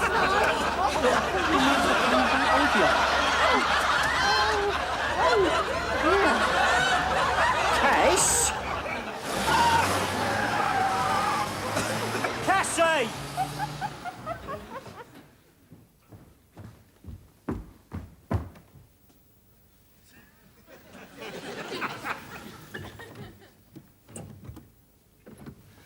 Cass, unlock the door. Cass! Cass, we gotta talk. Look, Cass, that bird was nothing to do with me. She was some old sort Dell was engaged 2 years ago. Well, Cass, at least let's talk. Cassie!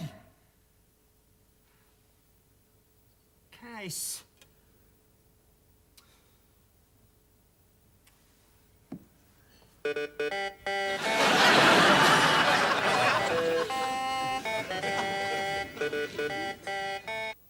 Did you say this thing was a tour? That's right, it's a 9-week tour of the country. Oh, well, I didn't know that, did I? I mean, I didn't know that. I thought it was like, you know, a play that you put on local and... Oh, I see that now. Oh, that's it, is it? Right, eh? The lure of the big theatres. The applause, the show must go on and all that. We're not appearing in theatres. If you're not appearing in theatres, then where are you appearing? Schools. Schools? Yes, schools. It's a co-project between the Education and the Arts Councils. We're supposed to take Shakespeare to the inner cities. Imagine what it might have done for me. Yeah. Could have ended up being a dinner lady.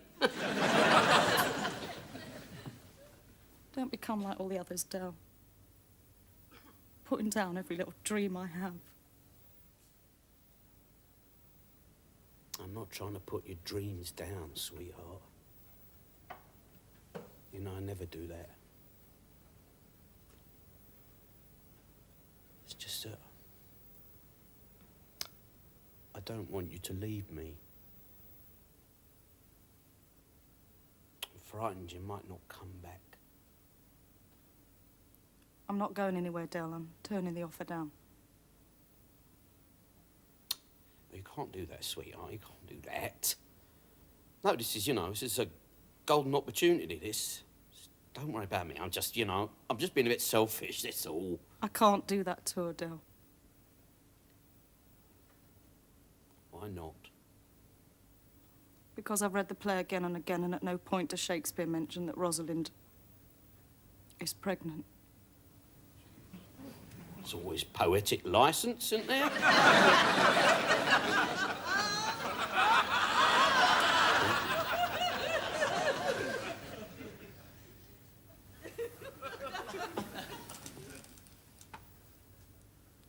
Did you say you was pregnant? I've done all the tests and everything. It's certain. Blimey. Are you angry? Angry.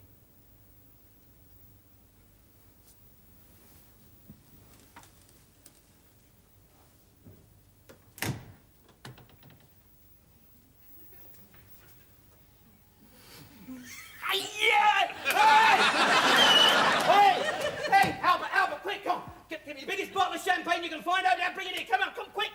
Rodney, all right, get out of bed, you lazy devil. Get out. Quick, come in. Here. Tonight we celebrate. Hooray! Angry. Me angry. How can I be angry? I'm going to be a daddy. Oh. I'll tell you what to do. I'll phone everybody up. I'll phone them all up. I'm going to have a party. We'll have a party. And we're going to have fireworks, the biggest fireworks. And we're going to celebrate. What's all the fuss about? What's happening? Calm down, you two. Just calm down. Listen to me. I've got to answer one simple question, right? How many people do you see standing there? One. No. I see two.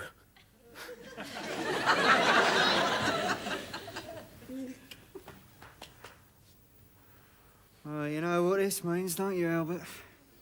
No. Either Raquel's pregnant, or Dell's pissed.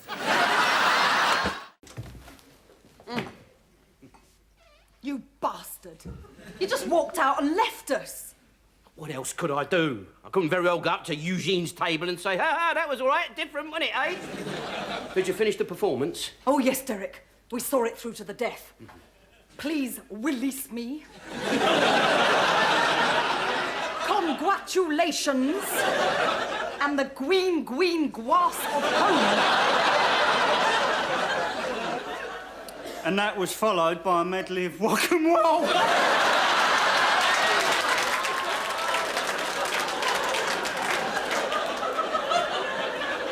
That is not funny, Rodney. Rodney. I think it's hilarious.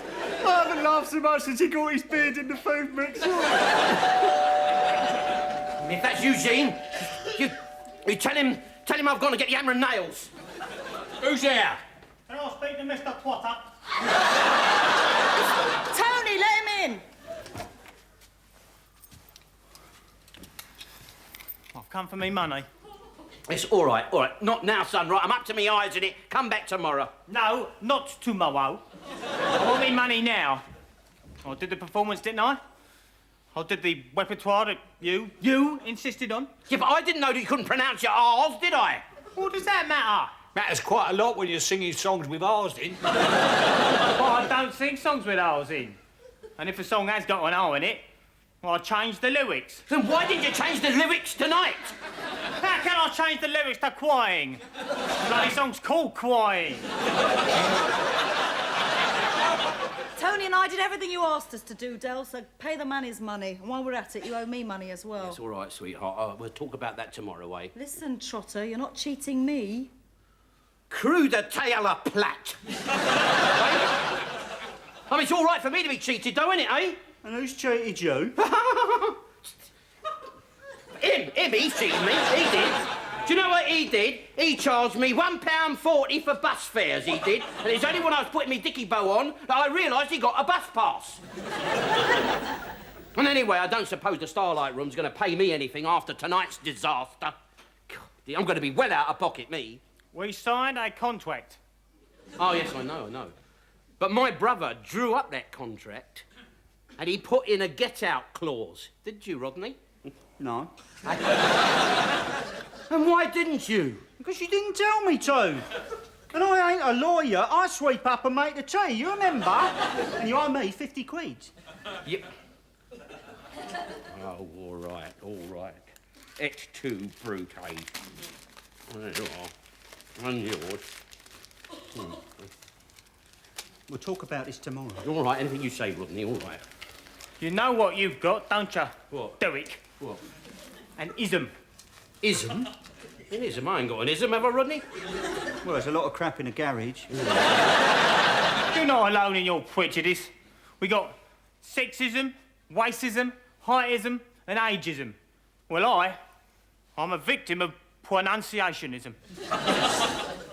I've got a good voice. I've got good style. I've got perfect tone. But just because I pronounce my O's differently from the rest of you, I can never be a star. And just because of my pronunciation, you've dumped me. But what about me? Hey, I got lumbered with a star whose props come from Lillian Skinner's, Crown Toppers and Mattison's.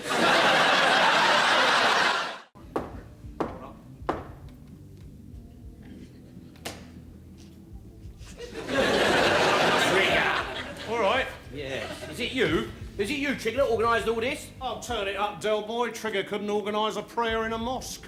I got lost on my way here. Been coming to this pub since you was 16. I know, I found a pub, all right. I mean, I couldn't find this room. I've been standing in your dance hall for the last hour. All the lights are out, Trig. I know. You've been standing in the dock for an hour? Yeah. I thought we was all going to jump out and surprise them. But there's no one else in there. But I didn't know that, did I? The lights were out. How you going, Dave? All right, Trig. Well, I'll send your man up as soon as he arrives. In the meantime, all enjoy yourselves, lads. It's a bit of a mystery, all this, isn't it? It's like something out of one of them Agatha Christie films. Yeah. I used to fancy her. I mean, when you think about it, right? Just think, somebody has arranged for you four to be in this room at the same time. You used to fancy Agatha Christie? Yeah. I had a picture of her on my bedroom wall. She was an old lady. All English country gardens and granny hats. Yeah, she looked a bit like Mr. Kipling's bit on the side. Well, I fancied her. I saw her in that film, Dr. Zhivago. That's Julie Christie, you... Yeah, well, whatever. I liked her. As I was saying, on a cold, rainy night in Peckham, somebody has arranged for you four to be in this room at the same time. And nobody knows who. And the most important and frightening aspect of the entire mystery, nobody knows why. Now think hard. Who would do something like that?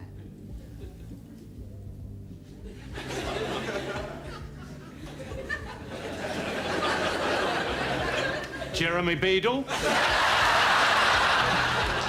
Jeremy bloody Beadle? Don't be stupid. Here, Rodney. Now, you're trying to frighten us. Now, pack it in, because it won't work. Well, that's it, I'm off. Sit down, Denzel. You're not going anywhere. Look, listen, I wasn't even at your school for long. My mum and dad didn't even come down to London till I was 13. I don't really feel I qualify as one of the old boys. Did you get an invitation? Yeah. Then you're staying. Well, it's just that I've got this thought going round my head. Well, lend it to Trigger. Say, just say, our old headmaster has escaped. Yeah, I'm going to get my coat. I better go and check on Uncle Al. No. What's that with the lights now?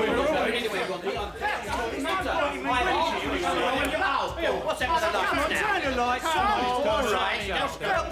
Oh, no, shut up. Just shut up, will you?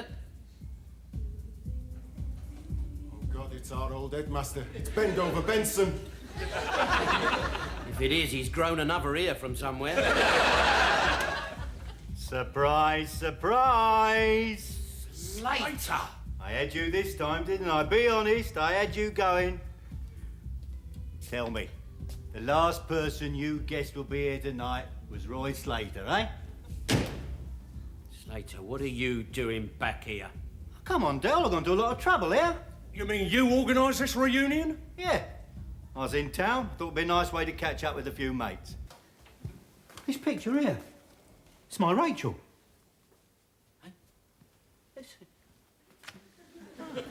No, that says there Raquel. Look, that says. See? That was a stage name. She's done a bit of singing and acting. What's a picture of my wife doing in your flat? What's a picture of his wife doing in our flat, Rodney? I don't know. He doesn't know. Can't you keep the noise down? I'm trying to get some sleep in there. Is Raquel in yet? Raquel? You mean she lives here? Yes, I live here. Hello, Roy. Rachel? Who's Rachel? I'm sorry, I just don't understand what's happening. I come back here and... Oh. I see it now. You're cohabiting, ain't you? If that's the way you want to put it, yes. Well...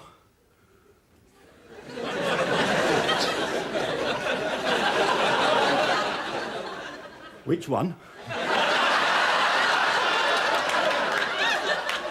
You saucy git! What do you mean, which one? Del? Yes, Dale! Who's Rachel? What's the full SP, Derek? Is this just another sort you've trawled in your net? Another notch on the bedstead, or are you too close?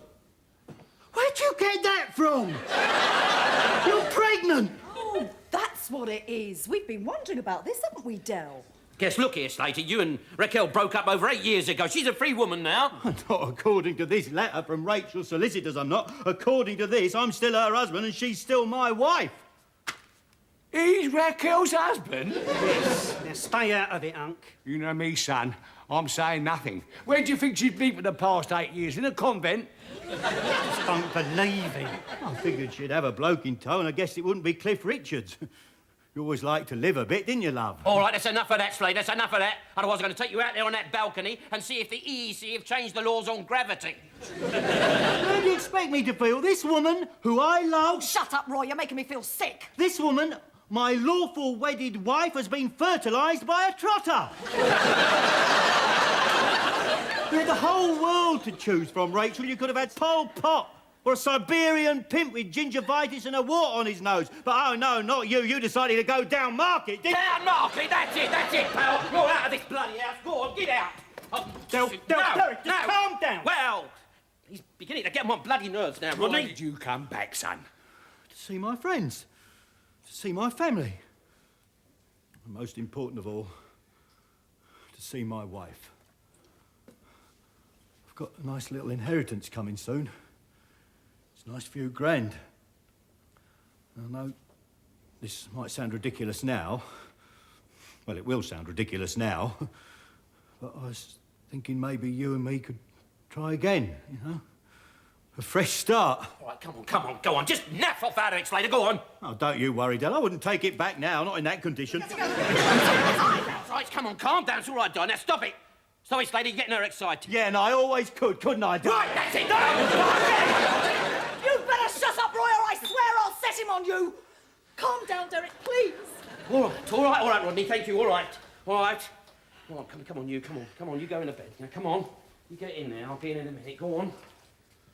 Off you go. Go on. That's it.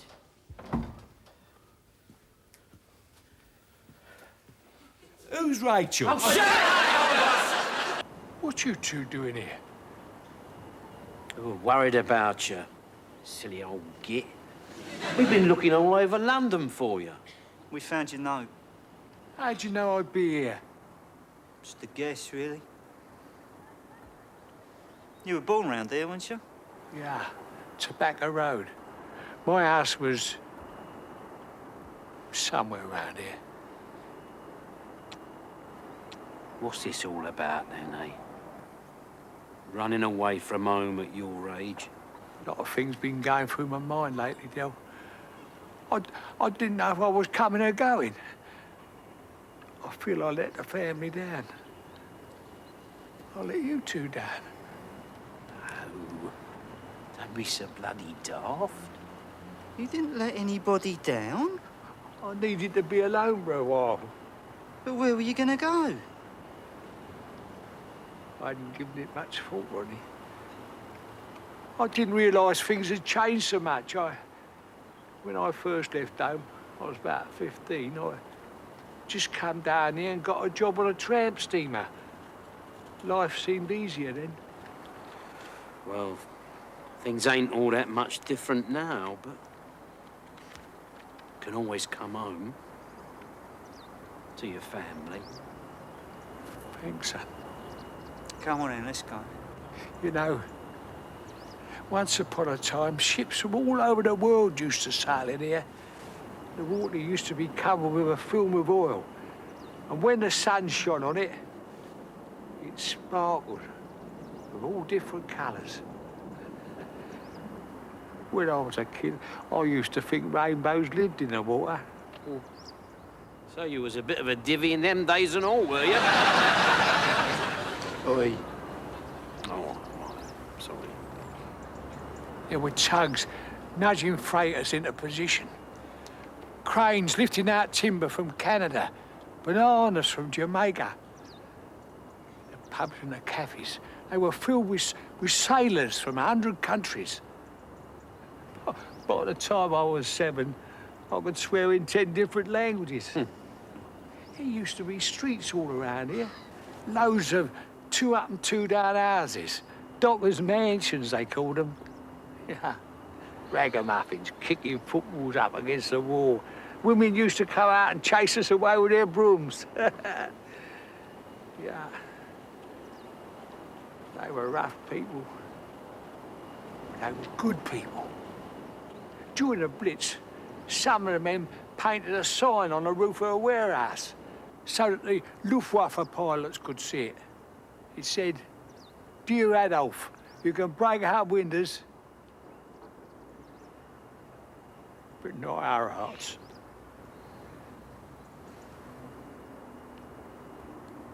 Look at what they've done to it now. Yeah. It's terrific, isn't it? Terrific. Yeah. I mean, do you know how much some of these drums are worth, Rodney? I'll tell you how much they're worth. They're worth an arm and a leg. You know, Lord Lindley's got one of these. And Michael Caine. Oh, yeah. Makes you proud to be British, doesn't it, eh? I could do with a bit of this. No, I could see myself with a nice little black Porsche parked outside with the old windsurfer strapped to the roof rack. And have a few friends down, you know, from the city, and we'll have a private party in a pub yonder. Quaff a few glasses of the old Moet. Because I'm a champagne and liver sausage sandwich man, me. Then we'll watch the old current bun go down behind the Docklands Arena.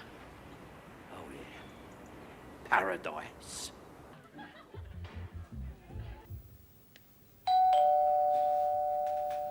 Is that the bell, Del? Yes, yeah. No. You get it, will you? I'm busy. Raquel? No, Raquel can't go. She's busy and all. You answer it. Me? You. Come on, there's nothing to be afraid of, is there? I'm here, aren't I? You're going to have to answer the door sometime or another. It might as well be now. Albert, answer the door.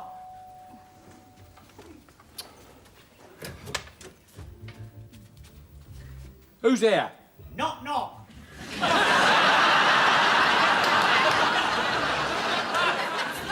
It's Knock Knock. Oh, is it? I can't see him, Del. Of course you can't see him. You haven't opened the door yet. I don't want to see him. I can't face it, Del. Come on, all right. Look, I'll go. You can talk to Knock Knock, Albert. He's your friend. I don't want to talk to him, not at the moment. But he's most probably come to see how you are. I might even have bought you a bunch of grapes. No, I'm not feeling all that well. I think I'll go to my room. Wait! You stay right where you are. Yes, that was Knock Knock. And look, he brought this back for you. That was a bit of luck, wasn't it? That's your pocket watch, Albert. Where's he get it from? He found it under the bushes on that patch of grass near the swings.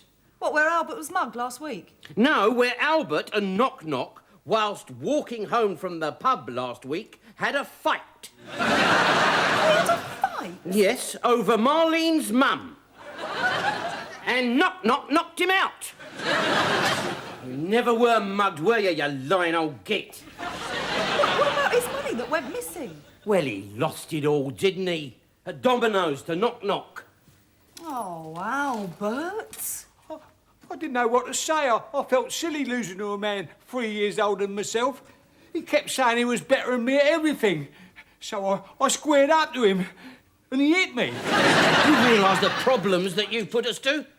I mean, the police have been out there making investigations. I've been running around looking for 5 muggers. 6. 6? Oh, it's 6 now, is it? Any more offers? I was embarrassed. Once I said it, I couldn't go back. Oh, Del, you should have been down at Nag's Head. There was a punch-up to end all punch-ups. Well, what happened then? Well, that gang of skinheads was in there, right? The ones that Del said had mugged Albert. Anyway, you know Oily Ollie, the greaser, right? His gang's come in. They've only attacked the skinheads. God, there was blood up the wall. There was grease on the ceiling. Ollie and his boys took a right hammering. Well, it turns out them skinheads ain't skinheads at all. They're coppers. They're what? They're undercover policemen. They was put on the estate a couple of weeks back when the mugging started. Oh, no, my God. What's up, Del? Well, anyone would have done the same thing, wouldn't they, eh? You didn't have anything to do with this, did you? Well, I wanted to get revenge for that dozy old twonk. So I sort of... I gave Ollie 100 quid to sort it out. Oh, for God's sake! This baby will be born premature if I hang around you much longer. Yeah, well, be fair, sweetheart. They looked like muggers, didn't they? Well, when Oliver and his army get out of hospital, I've got a fair idea where their first port of call's going to be. Yeah, me too. Well, they better not try anything with me around. I was Royal Navy boxing champion. I'm going to kill him. I am. I'm going to kill him now. The contractions are becoming more frequent. I know, I'm the one having the contractions. Would you let go of my leg, Del? Well, that's so sweet, huh? Would you like some gas and air? No, thank you. Oh, well. Deep breath. It's good stuff, this. Better not tell Rodney about it. Oh, no. What? Here's another one. Push hard, there's a good girl. Dale, can I hold your hand? Yes, of course you can, sweetheart. Go on. Push. Steady on, Raquel, steady on.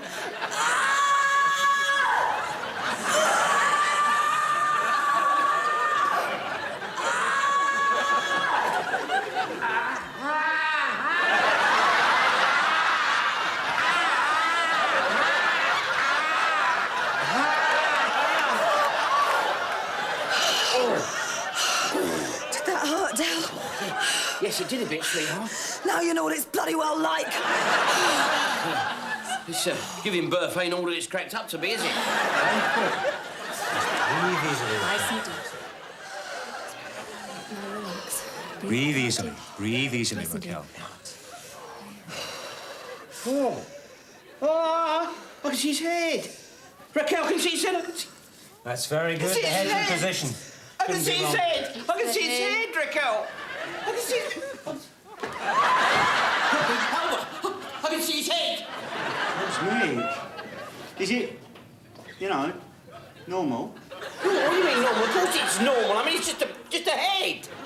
There aren't any sort of numbers on it? Numbers? What are you talking about, Rodney? What do you think this is? A bloody raffle? Sit, Raquel. Push. Go on. There we are. The head's out. Relax now.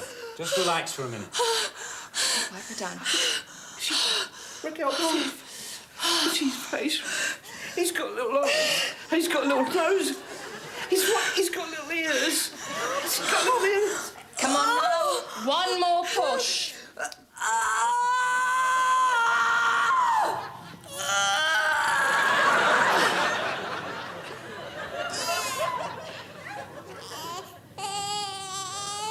That's it then. It's all over. Well, that's me, I think. Yeah, don't you want to see the baby? No, I'm not fussed. I can see it tomorrow, can't I? Joe won't like it if you go. It's important to him that you stay here, Rodney.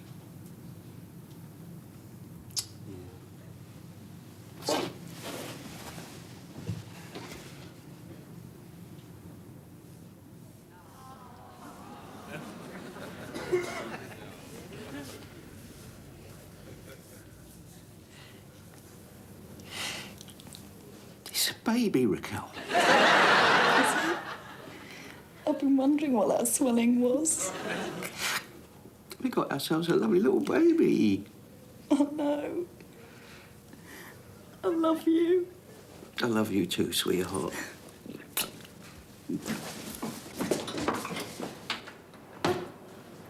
They done it. They bloody done it. Congratulations, son. What is it, Del? It's a little baby. Is it a boy or a girl? Hey. Oh, hang on. Is it a boy or a girl? It's a boy. I'll tell you what, he won't be frightened to get changed in the showers.